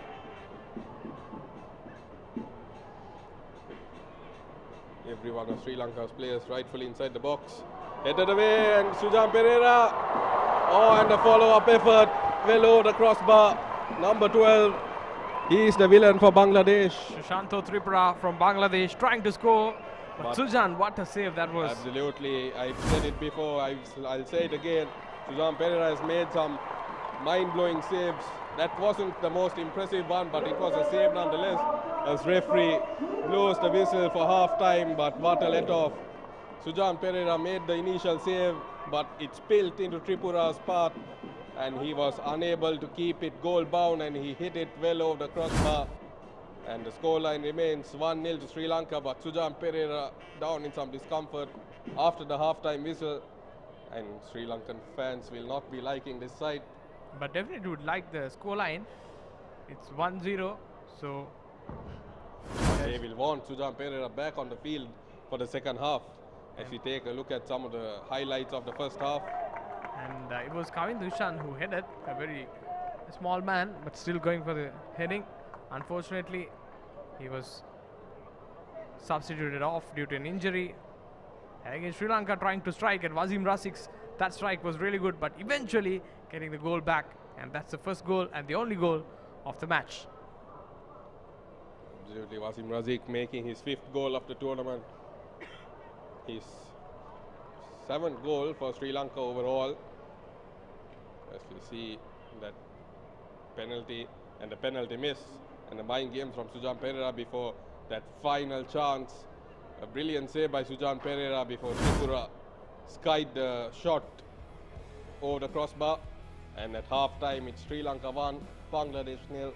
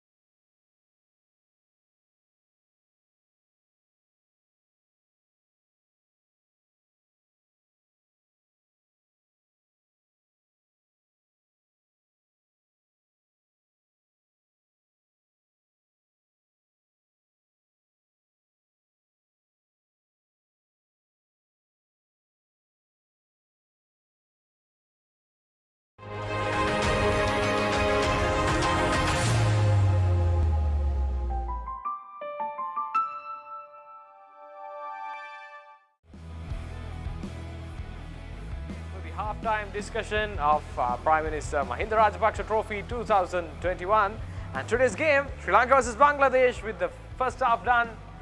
And Rahul is here with me to discuss about what happened and how things panned out for both the teams. So Rahul, about the scoreline first. It's been a hectic first half, as we've seen so far in this tournament. It's been a pretty hectic tournament so far in terms of drama, but I haven't seen as much drama as we did in the first half here. Good and bad, really, because it started off Sri Lanka very much on the front foot. They were attacking. Kavin Dushan had created a lot of chances, got in the right areas, but then disaster struck. Really, he pulled up with an injury. But just before he came off, Sri Lanka almost struck a goal not out of nowhere, because it was a good strike from outside the box, which goalkeeper Rahman spilled, and Wasim Razik, as he always is, right place, right time to score his fifth goal of the tournament. Yeah, rightly said. So it was never a dull moment in the first half. Both teams had plenty of chances, especially Sri Lanka and also Bangladesh. There you see, that was a goal. Wasim Razik almost slipped, but still managing to have the composure. And absolutely, because he slipped, but he still, while going down, he managed to hit it. And rather than just hitting it for the sake of it, he directed it towards the cornermost part of the goal, which caused the goalkeeper to, while going down, unable to reach it. So almost looked like slow motion. Anishu Rahman going to the right side in slow motion, the ball also lobbing. Anyway, coming back to the game, we'll also look at a few other chances. That's the goal again. There you see Anishu Rahman just seeing the ball go past him, had no options to stop it, and that was one thing. Again, so let's talk about the injuries now. I think injuries plaguing Sri Lanka's first half. It was a bit of a disaster for Sri Lanka. Everything after that goal felt like it went downhill, really, because Kavin Dushan, immediately the goal went in, he came off. But when he came off, I think Sri Lankan fans would have felt a little bit optimistic, because who came other than Dylan De Silva himself, the man who not scored, but provided 3 assists in that crucial game against Maldives. But again, it was where the excitement and the joy was very much short-lived by the Sri Lankan fans. As we take a look at another attacking chance, or some chances created in the first half by both teams. And especially coming to Ishan also going for a goal with a header. And this was another moment where Sri Lanka could have scored. Still, Wasim tried to dribble past so many defenders. And exactly, but he made up for that miss by the first goal of the game. But as I was saying, Dylan De Silva, he came on, but the joy was short-lived, because his first, as we see, that was one of the crucial points in the game, which we will get to, I'm sure. But one of the crucial, his first participation in the game was the fact that he went in with a sliding tackle, and unfortunately, he didn't really get up from that comfortably, and he had to come off almost immediately. Yes, which was a huge disaster for Sri Lanka. Yeah, talking about injuries, we also saw Sujan Pereira at one point pulling his calf. I think these are very worrying signs, but still on the pitch, Sujan doing the job for Sri Lanka. Now let's talk about, absolutely, because Dylan was the last remaining, the best attacking threat in this tournament, and him coming off is worrying signs along with Sujan Pereira holding his. Yes, now let's go to, let's talk a lot about the Bangladesh chances. Bangladesh, the penalty miss, how do you see? Absolutely, because before we get to the penalty miss, we have to talk about how the penalty came about. Right. It was a very, very dramatic moment indeed, a very a moment that will be heavily debated between fans. Bangladesh fans will be calling for his head. Sri Lankan fans will be calling him a hero if the scoreline remains this way, or regardless. But one thing, as we saw in the replay, the ball was going towards the goal, ducks and pussless. We've complimented him so much. He was on the line, and he felt like he had no other option, but he stopped it with his arm, and referee immediately pulled out the red card and gave the penalty to Bangladesh. And Topu Barman, who scored a penalty in the previous game, stepped up to the mark. Yeah, this is where it gets interesting, because you stop a ball that's almost going to the goal, then you get a red card, you go out, then your keeper does some mind games and again saves almost, makes the other opposition player. Because Topu Barman, he has scored penalties against Sri Lanka, against Maldives in the last game. He has been in these pressure situations before. He's a player who usually doesn't let mind games get to him. But Sujan Pereira, from the moment that penalty call was made, Almost touched his head at one point. he was right up in Topu Barman's face. He was laughing, he was making comments, Yeah. he was playing those mind games. Distracting as much as he can. And apparently it paid off because Topu Barman skied the penalty just way off target in the end, and Sri Lanka live to fight another day, but they are a man down. Exactly. But again, as we have already told, you know, even with the man down, for Sri Lankan fans, this might be a good news. If you can position yourself better, I think Sri Lanka can hold on. But the question is, can they actually? Will they? Is the question. Exactly, because as you rightly said, being a man down doesn't make you the weaker team by any means at all.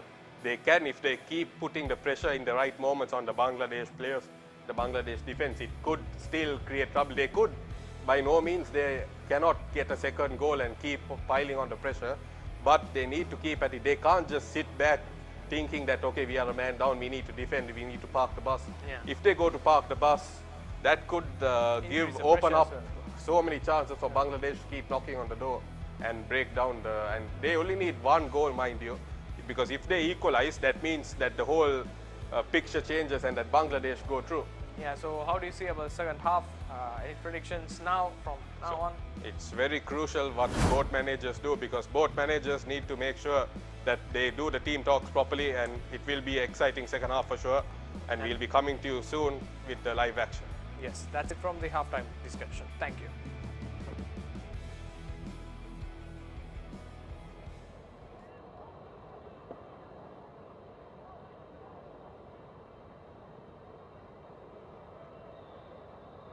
Substitution for Bangladesh. Player number 20, Mohammad Bidoy, has been replaced by player number 10, Mahbubur Rahman.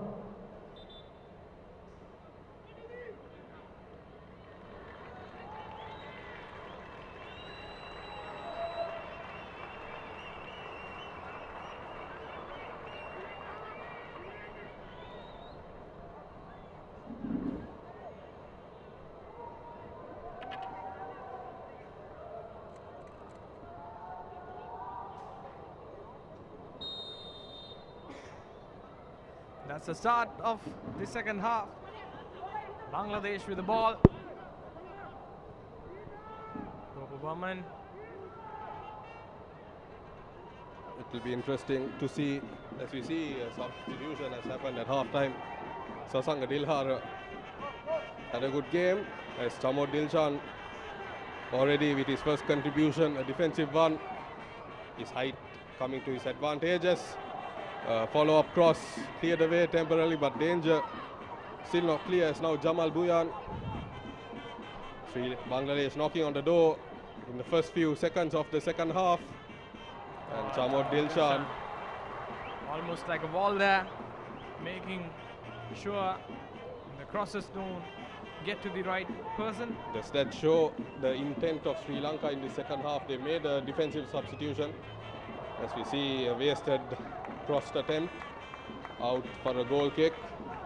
But Sasanga Dilhara was struggling a little bit with some sort of injury as well. So maybe Allergic thought it's the right time to bring on Chamod Dilshan, because with his height and his defensive capabilities, maybe it's what's needed when Sri Lanka are a man down.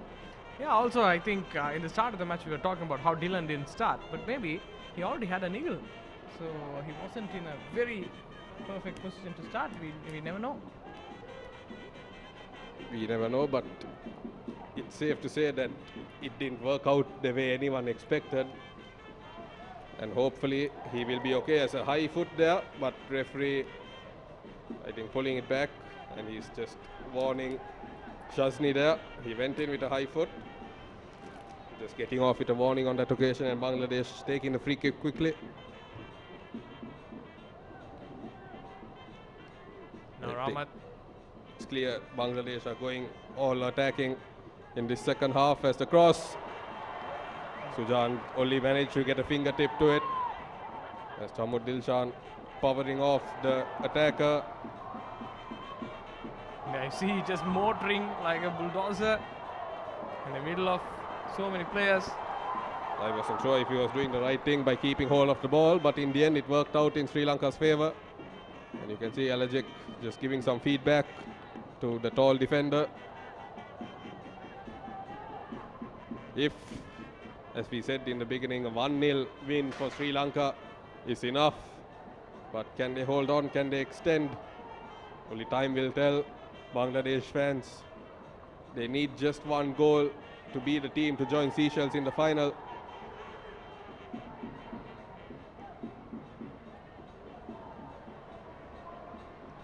Harsha Fernando, his long run before his long throw.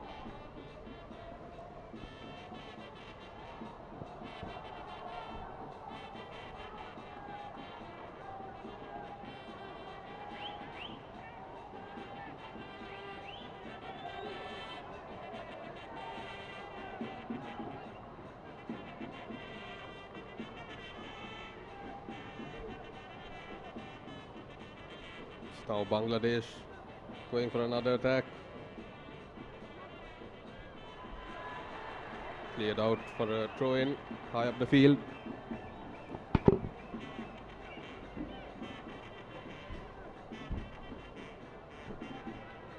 It's Bangladesh through now.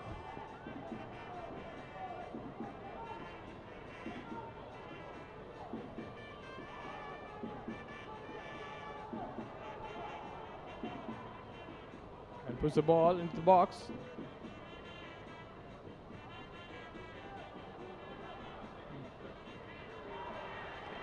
And Bangladesh now on the ball. Sri Lanka defending very low now.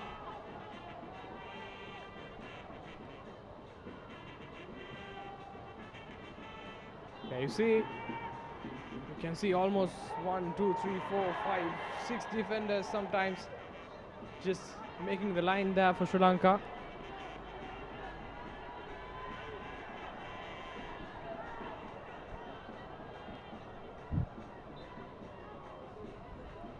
And just to give you a small update on the whole Kavindu Ishan and Dylan De Silva situation, they both suffered with a knee injury and they've been taken for further scans to assess any possible damage and the situation. Just to update you on that situation, an injury, and they'll be taken for further scans. As we see, Joel Rana, he has been one of the most attacking threats for Bangladesh in this tournament. As a cross into the box, cleared away. Did it go over the line? That was a crucial goal line clearance by Asikur Rahman. But meanwhile also getting into the face of one of the Sri Lankan players. But what a clearance that is. I think whether it hit the face or anywhere else, it's a necessary cost, but it's quick thinking, Asikur Rahman. And a crucial, that is as good as a goal at the other end, as Exactly. they say. What a clearance that is. Almost sliding into it, the perfect timing. And also, you know, it might ricochet into the net itself, but he did it quite well that it went all the way out. Absolutely, that was brilliant by Asikur Rahman and the Sri Lankan defense, but they can't let Bangladesh keep knocking on the door like this, because if these chances keep coming, Bangladesh are not going to keep missing. But Sri Lanka are a man down. That's yet another corner kick. Danger still not clear. It's corner after corner for Bangladesh, but Sri Lanka just holding their line as of now. And again another corner here. Crucial block that occasion by Harsha Fernando. Sri Lanka, I think, are going very defensive in the second half, whether it's by intent or being forced back by the Bangladesh onslaught of attack. As we see the third corner in rapid succession, as it's captain Jamal Buyan to whip this in for Bangladesh. Off he goes. And again Sri Lanka just making the first line of defense. But can they hang on? Jamal whips it in again. And this time Chamod Dilshan is there for another header and for another corner kick.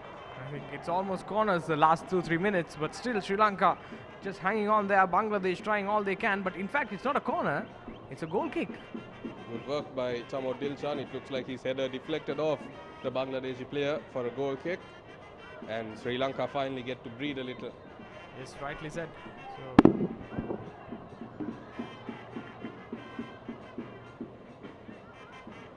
So Sujan Pereira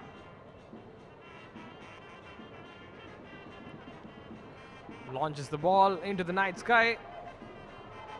Can he find one of the Sri Lankan players? Does find. Chamo Dilshan clears it off. Ball into Sri Lanka. Harsha Fernando trying to snatch, but referee says the free kick taken from a wrong position. Now it's taken correctly. Fahad. Tokubaman now. Bangladesh looking to launch yet another attack. But snatched by Sri Lanka. I think Sri Lanka just sitting too deep now. But now they go on the counter. Jude Suman try Just to link up with Wasim Razik. yes, But misplacing the pass there. Now Anishu Rahman, the Bangladeshi goalkeeper, will play it out. as you said, I think it's because Sri Lanka were playing too deep. When they got the chance to go forward, they couldn't get off quickly enough. As now Chamod Dilshan couldn't get there first. Sujan Pereira tried to make himself huge, and he put the player under enough pressure. And the Bangladeshi players, I think, get yet another corner, and it's taken short on this occasion. There you see Alajic also not really happy. I think again Sujan goes for a save and puts the ball away. Oh, this is a very worrying sign for Sri Lanka, especially with Sujan, the starman, the skipper, the man who's behind the scoreline. Hopefully he will be okay. He has taken many a knock in making saves after saves for Sri Lanka. As you see there, once again, he's a goalkeeper who puts his body on the line and just hit his head a little bit.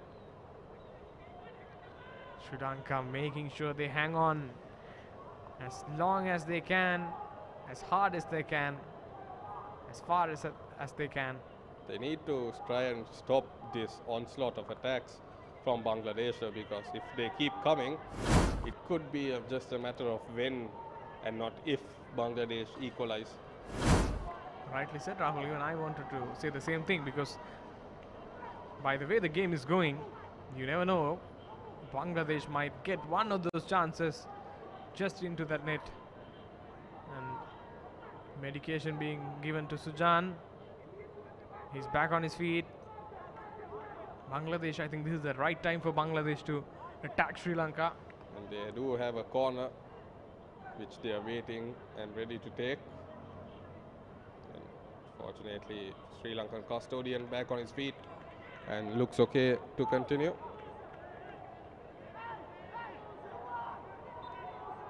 And Bangladesh whips the corner in. Oh, again dangerous corner, but Sri Lanka clears it off. And the clearance well off. I think that's almost the first line of defense. Absolutely, but no forwards to take advantage or to launch a counter attack, as a throw in to Sri Lanka now, and Sri Lanka can use this as a time to catch their breath and try to calm this game down a little bit. Yes, I think as Rahul said perfectly, this is when sometimes you have to not let the opposite or the opposition team dictate terms. So you have to stand your place firmly and also not let the opposition to let the game run. Absolutely, but with Bangladesh once again, who tried to put in a ball, but temporarily ball won back by Sri Lanka and given away almost immediately. That's now Buyan. Yes, and also Rahul, when times like such, what you can do is have the ball, then pass around, just make yourselves comfortable without letting the opposition take the ball. There is another cross. This looks promising as well. Sri Lanka not clearing their lines when they should, and that's exactly what Sujan Pereira is letting his defenders know. He is not a happy man. They need to clear their lines as soon as they get the chance, and that's not what happened there, and it almost came back to bite them. And you can see Mohammad Fazal trying to get the crowd on their feet to cheer. The crowd need to be the 12th man. It's very important in games like this, especially when their team is a man down. Rightly said, Rahul. I think the way the game goes, Bangladesh might score a goal at any time. Yes, yet again, the ball not cleared as it's supposed to be, and Bangladesh still with a chance. They're opting to go back to their defender. Sri Lanka can't afford to press so high up as well because with a man down. Chalna Samir got hold of the ball and opted to heave it downfield despite not having any player, and Fazal and the rest of the bench not looking too happy about it, but it's a no-nonsense clearance, I guess. Yes, rightly said. And as I told, Sri Lanka really can't afford to press high. There you see, fire at the back, all playing in a similar line, not as wing backs, because I think Sri Lanka have noticed or found out that it's better for them to not really commit more men forward at this moment. But one thing you can do is just keep the ball with yourself. But Absolutely, again, for that you have to have that composure and also the ball passing technique. If they could get hold of the ball and keep hold of possession, getting their short passes right, that would put pressure on Bangladesh and cause Bangladesh to throw players forward. As you see, a late reckless challenge there. But it's exactly what I was talking about. As the crowd finally finding their voice and trying to get behind their team and become that 12th, or in this situation, the 11th man. It's those type of situations I'm talking about. If Sri Lanka can get hold of the ball, keep possession and put pressure on Bangladesh, it would cause Bangladesh to make reckless challenges like that, go for the ball, and maybe they might get a red card. But at the same time, Bangladesh need to be careful because they can't lose their cool, they can't lose their composure because they just need one goal. Yes, rightly said. As we near the 1 hour mark here, Sri Lanka still hanging on. If the score stays the same, it's Sri Lanka who's going to play Seychelles in the final, but still plenty of time remaining. Bangladesh looking very threatening here. Sujan Pereira again launching the ball. Sri Lanka gets the ball. What can Sri Lanka do here? Wow, Wasim Razik just couldn't get it away in time. Yes. And now Bangladesh, can they find it forward? Bangladesh doing well, passing it short. There you see, just going in positively for a challenge and does get on top of the opposition there. But yet another corner for Sri Lanka, but that was good work by Chaitra Ratnayaka. Didn't let Reza get to it. There was some good tackling there. That looked like it went out for a throw-in and not a corner. Yes, in fact, it's a long throw. Headed. Danger not clear. Sri Lanka need to clear the ball. This Oh, could be the equalizer. And it's missed.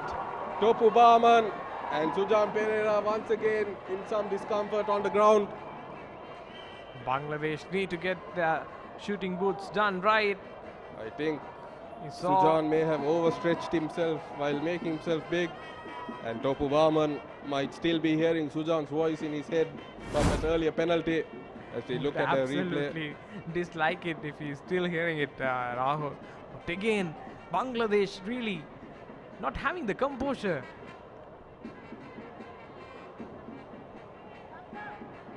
Oh, there you see. Oh, looks like a deflection, but not sure. But Topu Barman, in the end, deflection are not out for a goal kick. And Sujan Pereira down for the count again. But he put Barman under some pressure. He came off his line and made himself big. And that's what any goalkeeper should rightly do in those type of situations. Because if you stay on your line in those situations, it gives the player more space to aim at. Yes, rightly said. Very well said. So again, it's Sri Lanka versus Bangladesh. Prime Minister Mahinda Rajapaksa Trophy 2021. Whoever wins this match is going to face Looks like a Seychelles. double substitution for Bangladesh.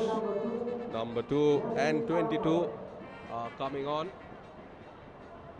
That's Yasin Arafat, as well as number 22 Saad Uddin. Oh, Saad is a very good player. In the first match, he was a danger man for Bangladesh, and we couldn't see much from him in the second match, but now he's coming on with almost 30 minutes remaining. And the Sri Lankan custodian back on his feet, which Sri Lankan fans will be relieved. He is walking a little gingerly, and he looks very battle-worn, but hopefully for Sri Lankan fans' sake and for the Sri Lankan team's sake, he will be okay. Yes, and also there you see the confirmation, Yasin Arafat coming in for Rahmat Mia. Rahmat has had a good game, but not really there to say some instance, but still overall he had some good time today. I think maybe Bangladesh bringing on the more attacking players, as we also see a attacking player for Sri Lanka getting ready to come on by the looks of it. Yes, Akib just got onto his playing jersey, which means Sri Lanka might get some more pace. Trying to figure who Akib would come on for, as Bangladesh making a good run. Still danger for Sri Lanka. Oh, Saad is a very dangerous striker. His first contribution almost led to a goal. His second now. Still the danger, headed away.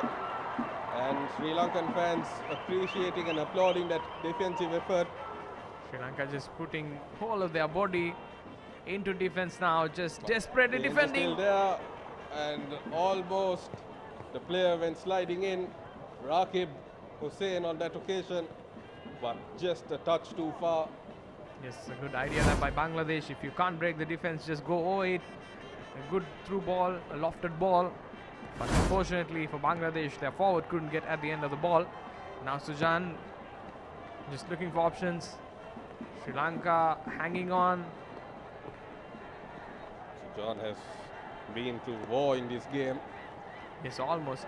I think Sri Lanka fans, if Sri Lanka win this match, would just remember this game for a long time, as well as how they remember the first game. Absolutely, because this win here means they are in the grand finale. But just under 30 minutes left in this game, and Bangladesh are going to keep knocking on the door. It's now Joel Rana. And it started raining here in the Racecourse Stadium, Colombo. And with 10 man, I think it's going to be pretty hard to defend as well. And also to attack, I'd say, because normally your passes wouldn't get into a very good position. Absolutely, And the ball doesn't roll much when it rains a lot. Make the ground conditions any easier. Exactly, Rahul. The groundsman did a fantastic job to get the playing conditions to what it is, but rain is not helping anyone. Just As got a an- bit heavier now. Absolutely, and you can see Sujan Pereira, he might appreciate the rain. It's washing the mud away. As a double substitution for Sri Lanka, it's Mohammad Akib. As before the corner kick is taken, the substitutions will happen. It's Mohammad Akib coming on, as well as number 16, Abdul Basit. So a defensive and an attacking change in the same go. Just trying to see for who. And as you see, Ahmad Shazni. I think Shazni isn't having a very great game, I'd say a normal game, and not something he'd say or something he'd. And Jude Mention Suman, out. the substitute, being substituted.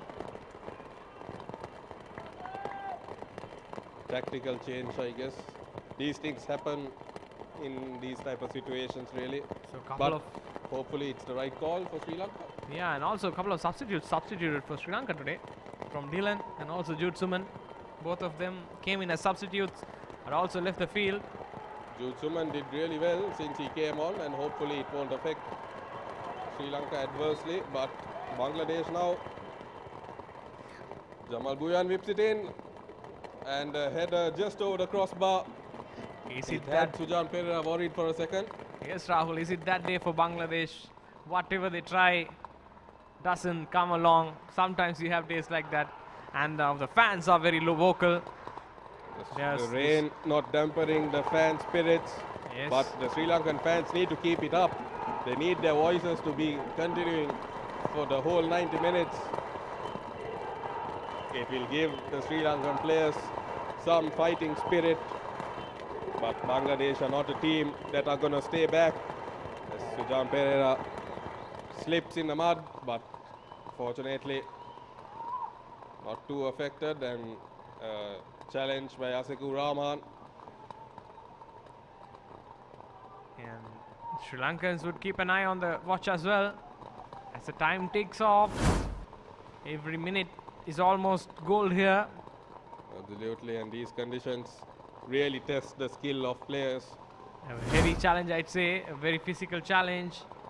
because if it was difficult before this, it's now 10 times harder, and now is when the skill of a footballer comes into play, and let's see what happens. Sri Lanka, Harsha Fernando. What do you think, Rahul? Which is the harder one, defending or attacking amidst rain? It's a very tough question. I'd say it's a little bit of both, but when you're attacking, or when you're defending, I should say, the wet conditions could come into your favor a little bit. Exactly, that's what my thoughts were as well, because all you have to do is, just maintain your shape and not let any of the balls, come into your territory. But meanwhile, when it goes to attacking, you may lose your footing, your passes may not go very well, and you can't do this long pass because sometimes you can't even see the other player. But at the same time, we've seen in football around the world, even defensive sides could slip in crucial moments. Rightly said. Saad here, number 22, Saduddin of Bangladesh. And now just 20 minutes plus injury time remaining for Sri Lanka, and for Bangladesh to try and chase that equalizer. And the rain has just receded a bit. A slight drizzle, I'd say. A temporarily reprieve for the players. As now Jamal Buyan. Ball goes out. Going to be a throw-in for Bangladesh. As you can see, rain or shine, those Sri Lankan fans are going to stay put. In fact, it's a throw for Sri Lanka. Runs in, puts in a long throw.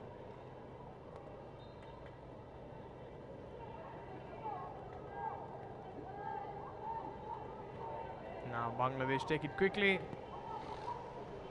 From defense, Joel, another player who's good on the ball. Last match he came in and made some difference in terms of gameplay. Now chance for Bangladesh, over the top ball, and that's the equalizer. The flag stays down, and it's the danger man, Joel Rana. Exactly. And with 20 minutes on the clock, the 11-man Bangladesh go and get that equalizer, and the Sri Lankan defense have opened up, and it's Sri Lanka 1, Bangladesh 1, and the Bangladesh fans are ecstatic. And as it stands, Sri Lanka go out, Bangladesh go through. Just a few seconds ago, we were talking about how Joel is a very dangerous player. Just pushes the ball between the legs of Sujan, nutmegs him, and that's a goal for Bangladesh. Bangladesh 1, Sri Lanka 1. As of now, Bangladesh are going to the finals, but still 20 minutes remaining, plus added time. Can Sri Lanka get a goal back here? Can an upset happen? That's the question. I won't sound too critical, Jana, but there was Jamod Dilshan and Marvin Hamilton. Jamod Dilshan was marking another player, but Marvin Hamilton really should have been marking Joel Rana, because Hamilton was just standing there while he allowed the cross to come in, and Joel Rana had the simple task of tapping it between the legs of Sujan Pereira. If Hamilton maybe had been putting a little bit of pressure on Joel, maybe it would have put him off, but we won't know. And as it stands, the scoreline is back on level terms, but the Sri Lankan fans are making their voices heard, and Sri Lanka know they need a win. Wasim Razik puts a ball, but there is no one. And finds a corner for Sri Lanka. And now Sri Lanka can't afford to sit back. So that's what they have been doing since they got the goal, and also since they've gone 10 men. They need to channel that fighting spirit that they did against Maldives. They need to show that the Golden Army do not quit.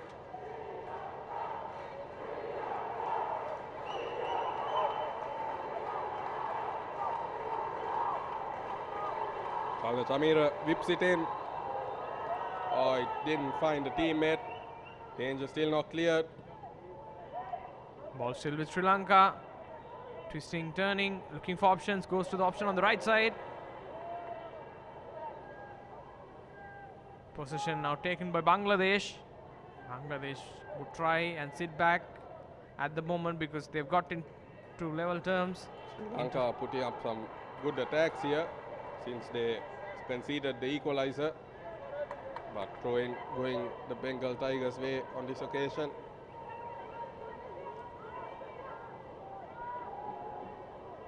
And Bangladesh having their bout of time wasting. Could that equalizer have been avoided, John? Yeah, I think definitely. But the way Sri Lanka sat back, I think it was always going to come. Can he still find the ball? Oh, unfortunate there. Again, a good question from Rahul. So I think the way Sri Lanka was sitting back, it was inevitable at one point because there were waves of attack. Either one of the ball of the crosses is definitely going to go in. So maybe the rain played a part as well.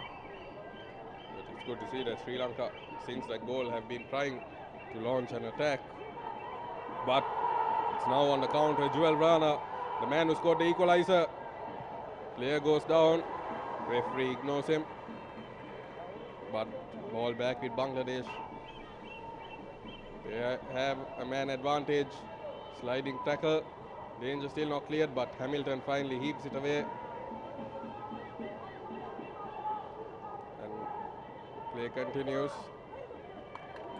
Bangladesh still knocking on the door. Oh, nicely done there by the Bangladesh player. Goes in for a shot. But Sujan is there. Will stop it. Slips again. It's very slippery out there now. Looks like the rain is coming down again, is it? And as things stand, Bangladesh are the team that goes through, but it looks like they are not content with just a draw. It looks like they are chasing the victory. It will be a throw into Bangladesh.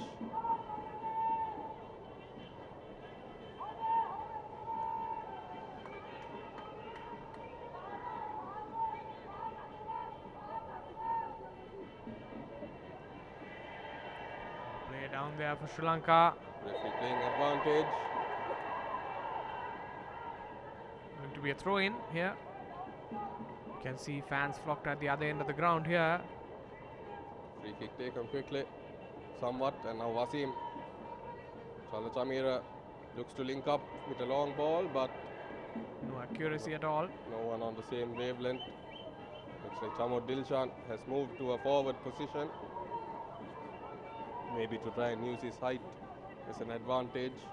Maybe they're trying to play the long ball game and have that one man high up the field. We haven't really been able to see much of Akib since he came on. Yes, rightly said.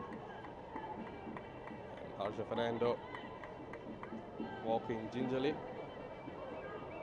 You can see Alajic trying to get some message across to his players.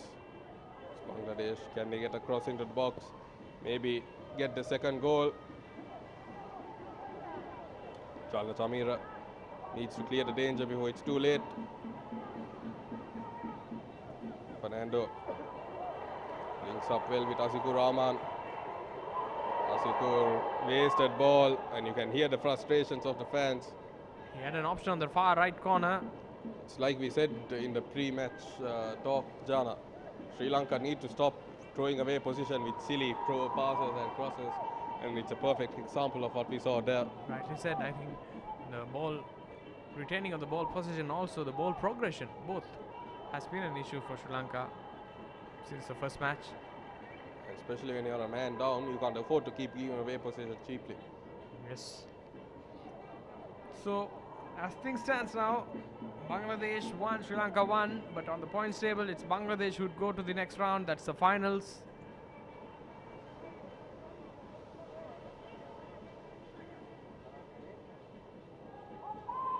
Bangladesh and the flag up for offside, and Sri Lanka just over 12 minutes remaining to grab the second goal and secure their place in the grand final. But being a man down, it's an uphill task, but the fight they showed against Maldives shows that there is nothing that's impossible. It's still doable though. They do have the time, they have Maybe the talent, another- but Bangladesh breaking the defense of Sri Lanka now tries to turn. Fair challenge, referee says. Play on. Playing advantage, maybe another bout of late drama, Jana. As now Reza, People would love it, but again takes a deflection and goes for a corner. Saita Ratnayaka there diving in to put the vital block. And another corner, it's been corner after corner in this second half for Bangladesh. As you see a player down.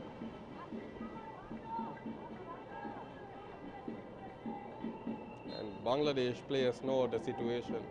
They know that with the current scoreline that they are through. So we are bound to see a lot of sudden cramps and injuries coming up. Rightly said. And we discussed about it in the last match. When it happens to a team you support, it looks okay, but it goes against you. It's a It's love very, it or very hate it frustrating. situation. Jan. Exactly. As you see, Saad Adin ready. He takes the throw in, gets the ball back, Very goes good for the crosser. cross.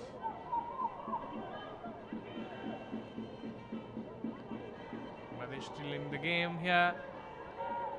Saad can cross the ball very well. Goes for a cross. Oh, again, a very good cross there. But ball goes out.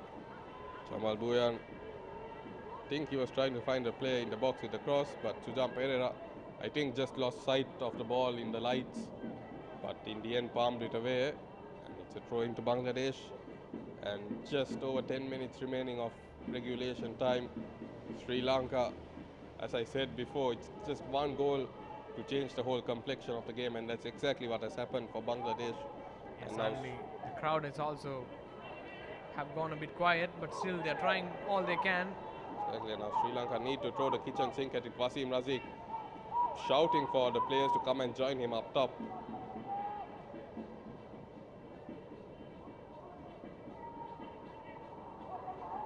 It's now Bangladesh once again on the attack. It's a 3-on-2 situation. The He- pass not right there. He put it in, but the forward had just overrun it a little bit. And now danger still there. A long range shot and just over the crossbar. I think this is where Sri Lanka have to do the same thing on the other side. Just take your shots as long as you can, as hard as you can. One might sneak in and then it's game on. All Sri Lanka need now is just a goal.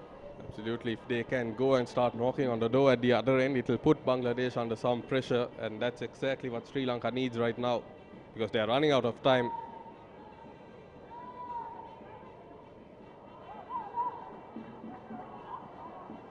Bangladesh playing for the back. They're also playing. Oh, ball snatched away from Bangladesh almost. But still, Bangladesh keep on going. Good strength shown by the Bangladesh player. Can he put in a cross here? Joel, the man who scored the goal. Saad to a Joel. Joel with the ball, trying to dribble past, but we'll get a corner here for Bangladesh.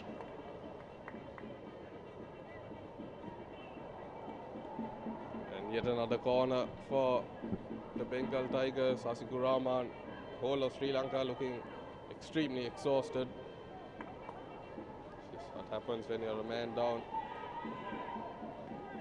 But is there another goal in it for Sri Lanka? As we see a substitution, number 17 for Bangladesh coming on. Riyadul Hassan coming in for Suman Reza. Jamal Buyan ready to take another corner. Referee going to ask Reza to kindly hurry up.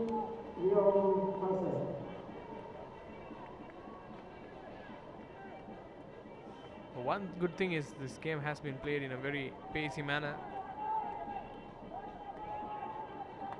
Jamal trying to take the kick, but the linesman just delays it so that the substitution is made.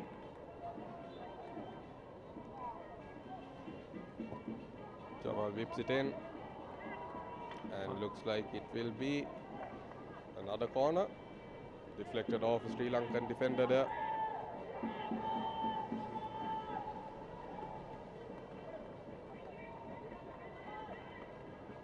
And another corner coming right after another one. See the Sri Lankan coaches discussing some possible tactic changes. That's another corner. Sujan this time comes and collects and sends Sri Lanka on their way.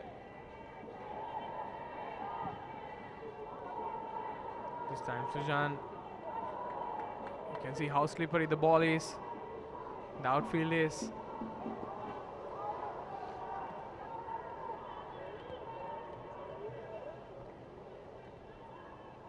Chamo Dilshan.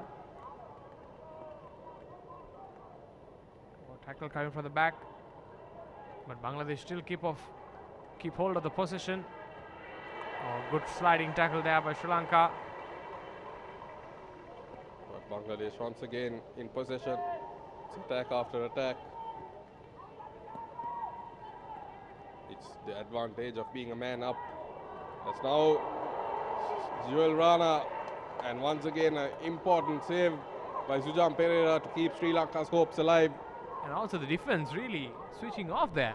Absolutely, there was absolutely no intervention between Joel Rana and Sujan Pereira. Just what happened when it came to the equalizer. No defensive blocks by the Sri Lankans, and once again we almost saw it coming to cost them. I think this is where Sri Lanka would really miss Datsun Pusles, the man who just looks after the defense of Sri Lanka, a very commanding position and also a very commanding figure at the back for Sri Lanka. Indeed, yes. Now Marvin Hamilton tried to put a long ball, and Sri Lanka get a throw in high up the field. As once again rain falling at the Racecourse International Stadium in Colombo.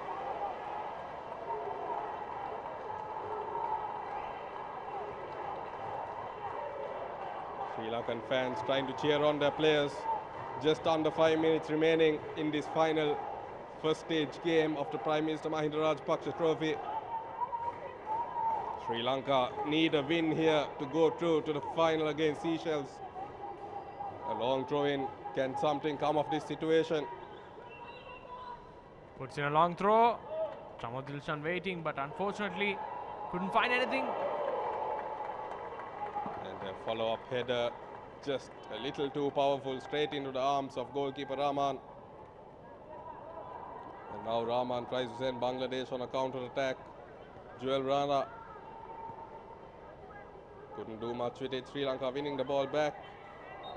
And a foul given away. Bangladesh won't mind those. Absolutely, time running out here for Sri Lanka. You can see the Sri Lankan bench urging their players forward. A draw is not going to cut it for Sri Lanka. They need the win here. They need another goal. They need to keep getting into the Bangladesh box. As Marvin Hamilton heaves it forward. Chamo Dilshan got there. Ball with Sri Lanka now. Can he cut back? He does. Passes it into one of his teammates, but unfortunately missing the ball now. Sujan Pereira well off his line. It's a bit dangerous and risky in these wet situations, but he came and he got there. And now Bangladesh on the counter attack. It's a 3-on-2 situation. And long range effort well over the crossbar. That's not going to bother Sujan Pereira, but it's not going to bother Bangladesh either because they have what they need, a draw. Sri Lanka running out of time.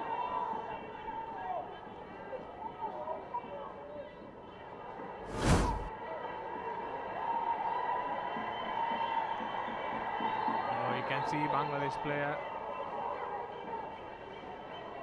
getting to the ground, and then now he's all right. Ball again hoisted up, but Chamo Dilshan will track it down.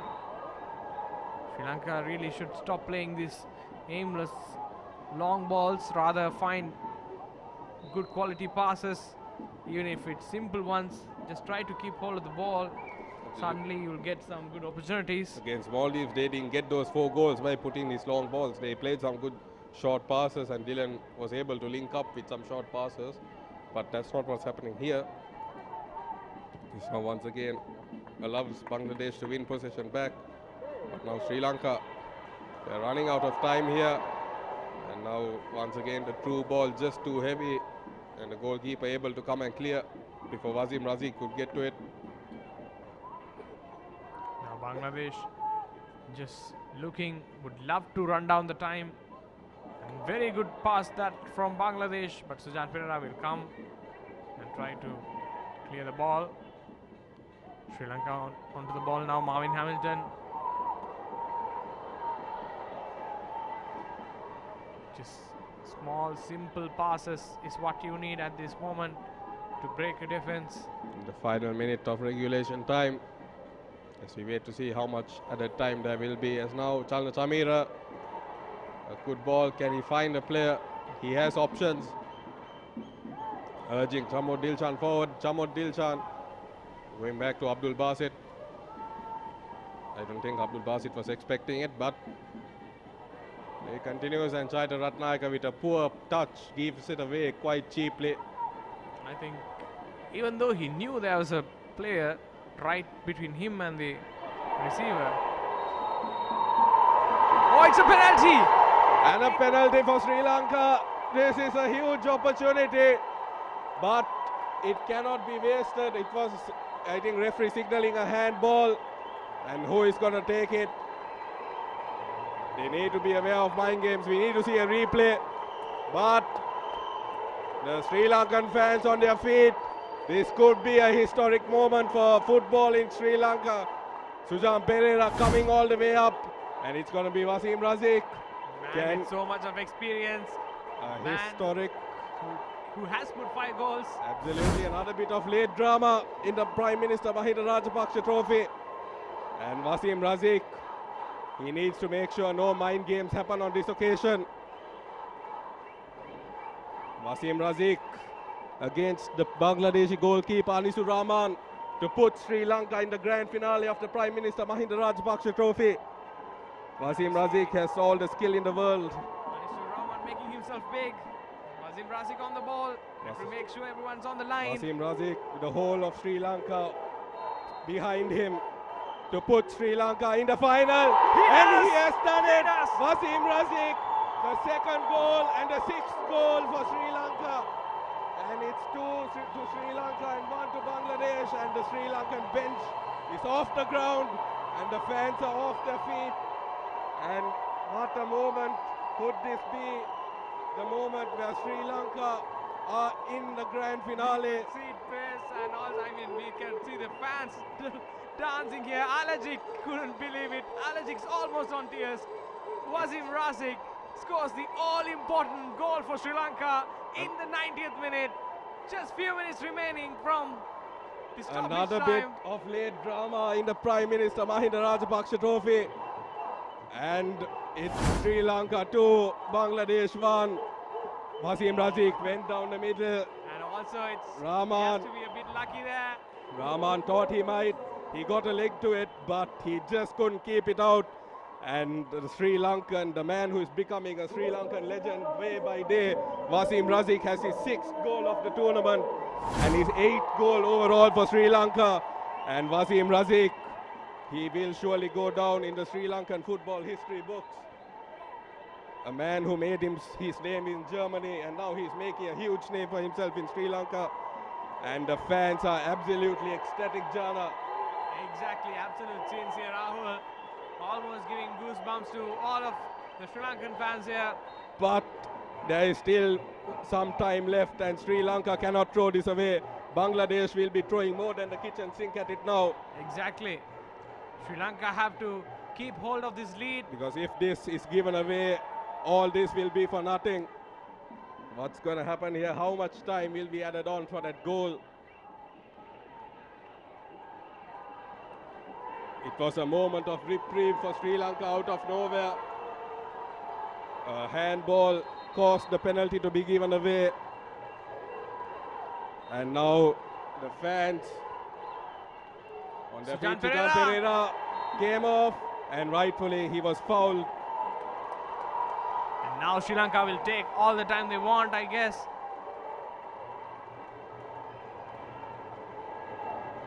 Sujan Pereira, he came for the ball and he was hit really hard. So I wouldn't say that this is purely time wasting because it looked a sickening crunch. But what another bit of late drama, Jana. Exactly, I Rahul. jokingly said it, but apparently things come true. Exactly, and also the penalty count came out of nowhere because it was totally against the run of play. People thought Sri Lanka were down. You can see the Sri Lankan bench on their feet and the Sri Lankan bench wanting the score line to remain this way. Yes, but Wasim Razik did what Topu Bauman couldn't. And exactly. I think also Sujan Pereira trying to play some mind games. Topu Bauman fell for it, but Wasim Razik, the experienced campaigner, just put the ball right into the net, even though getting the feet off the keeper. Aniju Rahman also football, you can see, uniting the people of Sri Lanka. Sujan Pereira asking for a substitution. Hopefully he'll be okay to play in the grand finale if the scoreline remains this way. Because he has been the hero. And Amir Aljic willing the fans on. And the fans are heeding his call. Because he knows the crowd is the 12th man. And he has brought the crowd back to their feet. But if the scoreline remains this way, there is just one hero, two heroes I'd say, because Wasim Razik once again with a brace, but Sujan Pereira. Exactly, I think he's saved at least about a couple of goals today. So Sujan Pereira really one of the star performers today. We got 4 minutes extra time. And Bangladesh fans will be cursing Ducks and Puskas for that handball save. Exactly. A save that even Sujan Pereira will be proud of. Seriously, and also the way things have gone here, Rahul, sometimes it's almost unbelievable. Sujan launches the ball. This is the beauty of football, John. Only football can make you feel this way. And if you're a Bangladesh fan, it's the heartbreak that comes with football. As once again, Sri Lanka. Rightly told, Rahul, as I told, football really uniting Sri Lanka at this moment. You can see the praise going on, regardless of religion, regardless of race, regardless of language. It's all about Sri Lanka at the moment. And now it's Sri Lanka with bulk of the possession. And Bangladesh are stunned. They need to answer back. They're running out of time. They just need one more goal to again change the game completely and to silence this crowd and to put a damp on the celebrations that have been happening already. Yes. I think that would put the whole Colombo in sadness for about 2 days, I guess, even more than that. The whole of Sri Lanka, rather. Yes. It's now Chamo Dilshan doing the right thing, a no-nonsense clearance. But Bangladesh running out of time.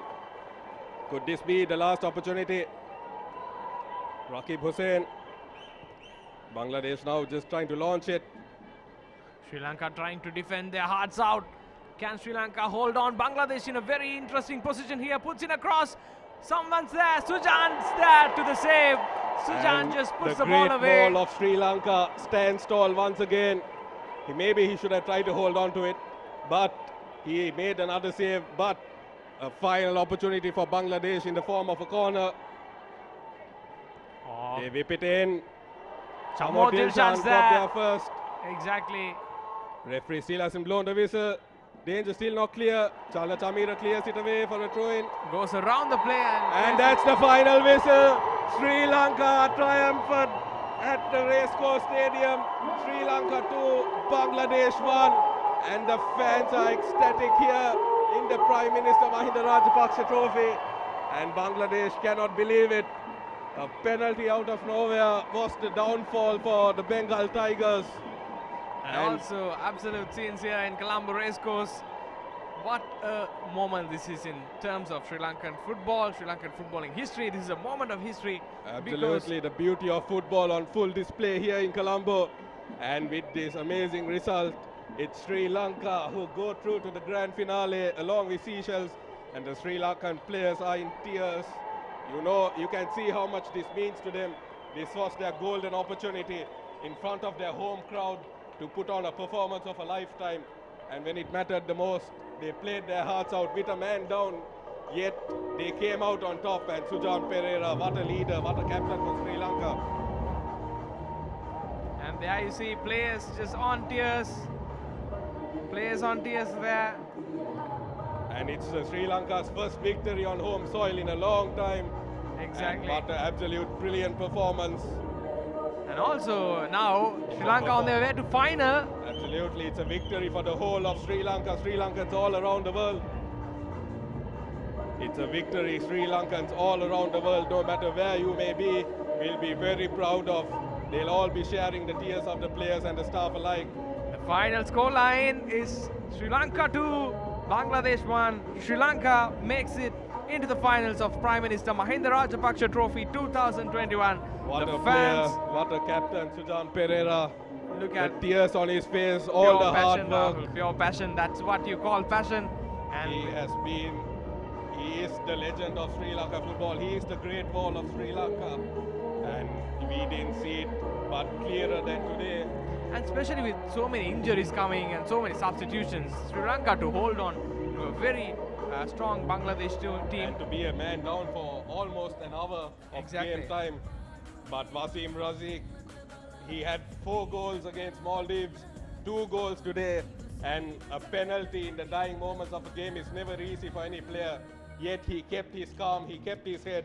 Yeah, definitely. And with Sri Lanka, the whole of Sri Lanka on his shoulders, he put Sri Lanka into the grand finale. Bangladesh with more of a ball possession, they are 56%, but all that matters is the goals, and Sri Lanka 2 goals, Bangladesh 1. And also in the post-match show, we'll talk about Huslas's penalty and also the handball, I guess. Wasim Razik, the leading goal scorer. I think it's pretty clear that no one is catching Wasim Razik, barring some miraculous performance by Eric Melli in the grand finale. But it's all set. Seychelles, Sri Lanka, Friday night for the Mahinda Rajapaksa trophy. And you can see the team acknowledging the fans, going a lap of honor there. And deservedly so. And also few great saves by Sujan Pereira. Some of them were stupendous, and also some goal line clearances. Absolutely. Sujan Pereira, despite Wasim Razik's 2 goals, if not for Sujan Pereira and his great saves, Wasim Razik would have been required to score much more than 2 goals. But the Captain Sri Lanka himself, once again showing why he's one of the greatest goalkeepers in the Asian continent, making crucial saves and putting Sri Lanka in the final of the Prime Minister Mahinda Rajapaksa trophy. And we'll meet you in the post-match show. Until then, stay tuned.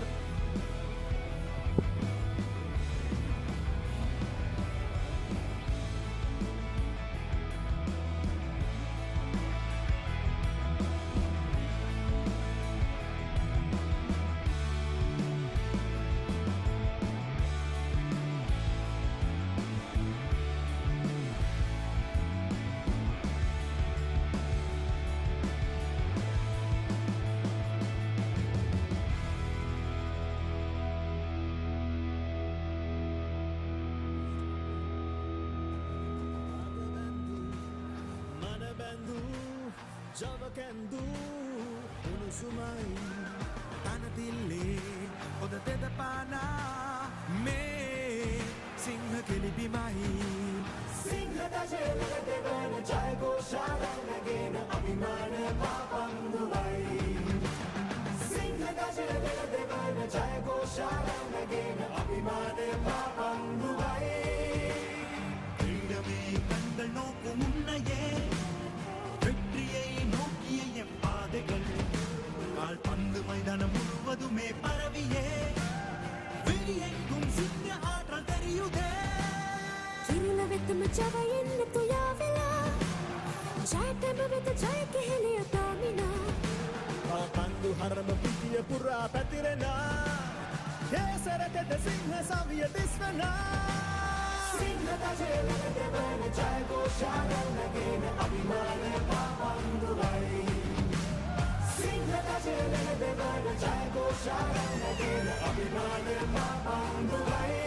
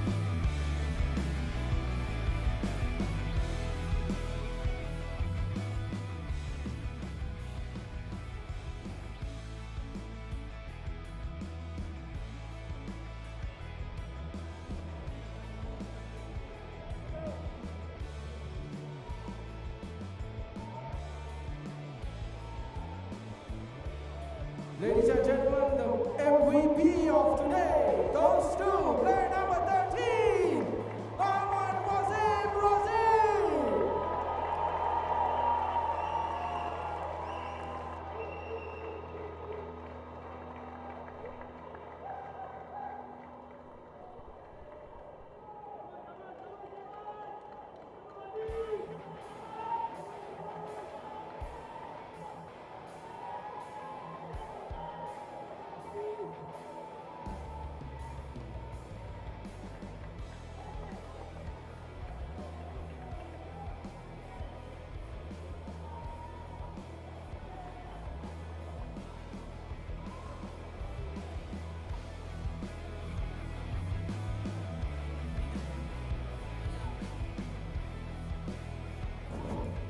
Testing 1 2 3.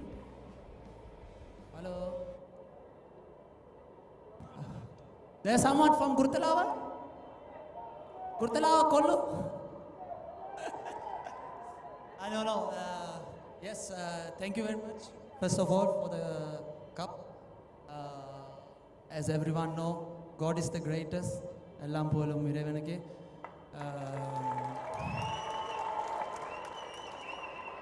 Thanks to my team. It was a hard fight, you know, after months, years, to have a win after a long time.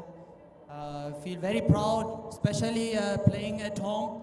Thank you to everyone, especially also to my wife.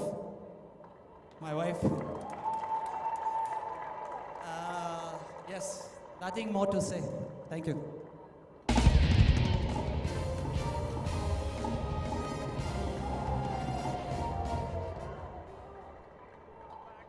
Ladies and gentlemen, live coverage of the post-match show of Bangladesh. Welcome back, ladies and gentlemen. The live coverage, and we are glad to join you again with Rahul for Sri Lanka versus Bangladesh post-match show. What a match it is, Rahul. Absolutely, another late drama here at the Prime Minister Mahinda Rajapaksa Trophy, and this is why we call football the beautiful game. What drama! Yes, I mean, plenty of talking points in this match, starting from minute 1 to 90th or even to the end of the match. We had so many occasions where the game swung from Sri Lanka to Bangladesh, Bangladesh to Sri Lanka. Sri Lanka started off the game very well, isn't it? Absolutely, Sri Lanka started off on the front foot, as we said earlier, because in the first half, in the first few minutes, it was all Sri Lanka. Kavindu Ishan launching attack after attack, showing why he should be in the starting 11, unlike when he was dropped in the last game. Yeah. But then, as we saw, disaster struck for Sri Lanka. Injuries and red cards. Yeah, so we had so many injuries. One of them was Kavindu Ishan. Then we had Dylan. Absolutely, because Kavindu Ishan, but before Kavindu Ishan got injured, Wasim Razik put Sri Lanka ahead. Yeah. As we see the first goal there, it was he was in the right place at the right time, as any forward should be, and he made it Sri Lanka 1, Bangladesh 0. But from then, it was all downhill in the first half for Sri Lanka. Bangladesh goal for you. There you see Bangladesh came back soaring into the match with so many opportunities, but Wasim Razik, final death blow, I'd say. Kept his calm, kept his cool right at the end with a pressure penalty, Yes. and put Sri Lanka in the grand finale. Yes, But as we were saying, the injuries were Kavindu Ishan, and then the horrific moment where Dylan De Silva, minutes after coming on, had to be substituted off. I think he's been taken to the scans, isn't it? Absolutely, just a small update, Kavindu Ishan and Dylan De Silva, some injury in the knee, and they have been taken for further scanning. Yes, after Wasim scored the goal, there was another moment where the game actually swung in the way of Bangladesh, which was the pushless handball. Absolutely, because that was a bit of moment of madness. If you're a Bangladesh fan, you are completely raging. If you're a Sri Lankan fan, you, at the moment now with the result, Blessing in disguise, maybe. Sri Lankan fans will be viewing Daxan Puslas as a hero. Exactly. Because of his sacrifice. Sri Lanka maybe would have come out of top anyway, but with that now Sri Lanka have won the match, but Bangladesh fans won't be satisfied with that. But he put his, he I think gave it was away more a of handball. I'd say a reactionary action. It could be, we'll never know really, because he's not going to tell us honestly. Exactly. But Bangladesh got a penalty, and despite what Daxan did, they were given a golden opportunity to equalize, and it came down to Topu Barman, a player who has been in those situations many times. And there you see, if you're on the highlights from the match, Topu Barman has been in those situations many times, as I said. But the difference that happened today, Sujan Pereira, another brilliant player, was in his year. performance today, I'd say. Absolutely, he was, as I nicknamed him, the Great Wall of Sri Lanka, and he was absolutely brilliant today, and a crucial reason that Sri Lanka came out on top. Yes, I think if you saw that highlights or even the match, if you saw it live, you would have known that Sujan, once the penalty was awarded, yeah, that was a penalty we are talking about. And he just went straight to Berman and said something, and also made some gestures. He got into Topu Barman's head, something that a player of Topu Barman's experience shouldn't have let happen. Yeah. But Sujan Pereira was right up in his face, laughing, making jokes, making comments. Don't know what he said, but in the end it worked, and Topu Barman skied the penalty, wavered. Yeah, so until the halftime, I think Sri Lanka held very firmly. I wouldn't say very firmly, but at the managed end to of the keep day, the exactly. Bangladesh down. They did the work done. But once with the halftime, I think Sri Lanka would have been the happier team. Absolutely, but then in the second half it was a different story, Yeah. because Bangladesh came out swinging. They knew that they were a man up, and they knew they needed the goal, and they just came swinging, and they kept knocking on the door, chance after chance after chance. Yeah. And in the end, it came. Yeah, Sri Lanka did make some changes as well. I think Akib came in also as an attacking sub. Absolutely, which was quite good. Abdul Basit came on. Suman came in and then Suman went out. So these were some substitutions. I think we have to give credit to Alajic as well because he made his substitutions at the right moment, and also it came as a blessing in disguise for him, the penalty Absolutely, at the end. but credit should go to the Sri Lankan players as well because even though it came in form of a penalty, they had to get into the right areas. They needed to keep attacking. They needed to keep getting into those chances, and because to create the penalty, they needed to get into the Bangladesh box, and that's exactly what they kept doing. And then they created a penalty out of it, and Wasim Razik stepped up. And unlike Topu Barman, he didn't let the goalkeeper get into his head. Yes, a seasoned campaigner and also who has scored plenty of goals in this tournament. He is the leading goal scorer. So that's one thing, a very good stat about Wasim Razik. And also, before the penalty and after the first half, I think during that time, Bangladesh were looking so threatening, isn't it? I think at least if they made those chances into goals, at least 3 or 4 goals might have come by that time.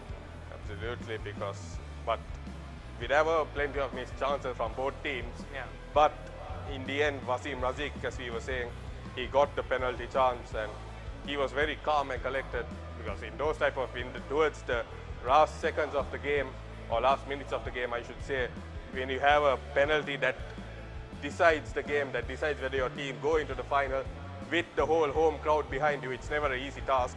But Wasim Razik was up for it. Yes, and also even during the last 5 minutes, Sujan made another splendid save, if I'm not wrong. Absolutely, Sujan Pereira. Wasim Razik was given the MVP, but Sujan Pereira was right up there as a contender because crucial saves. He kept putting his body on the line. He kept getting into painful situations, but he never gave up. Exactly. So again, even though Sri Lanka was a man down, there was 11th man today who was very vocal and also supportive to Sri Lanka. That's the fans who were here. They were splendid, isn't Absolutely, that was great to see, whether you're a neutral or whether you're a Sri Lanka fan, because Sri Lanka in football, the crowd needs to make their voices heard. They need to get behind the team, and that's exactly what happened today. And we saw the outcome. And it was good to see because the players also were very emotional and they were making laps around the ground, thanking the fans. Yes, I think Sri Lanka has made to a final after several years.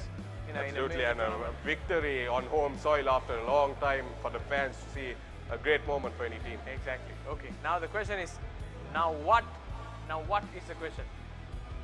Because next they are going to go and play the finals, very big finals. The grand finale of the Prime Minister Mahinda Rajapaksa trophy and coming your way on Friday. Yes, and until then, we'll meet you in the finals. And I'm Jana, signing off. Rahul Madurave, see you next time.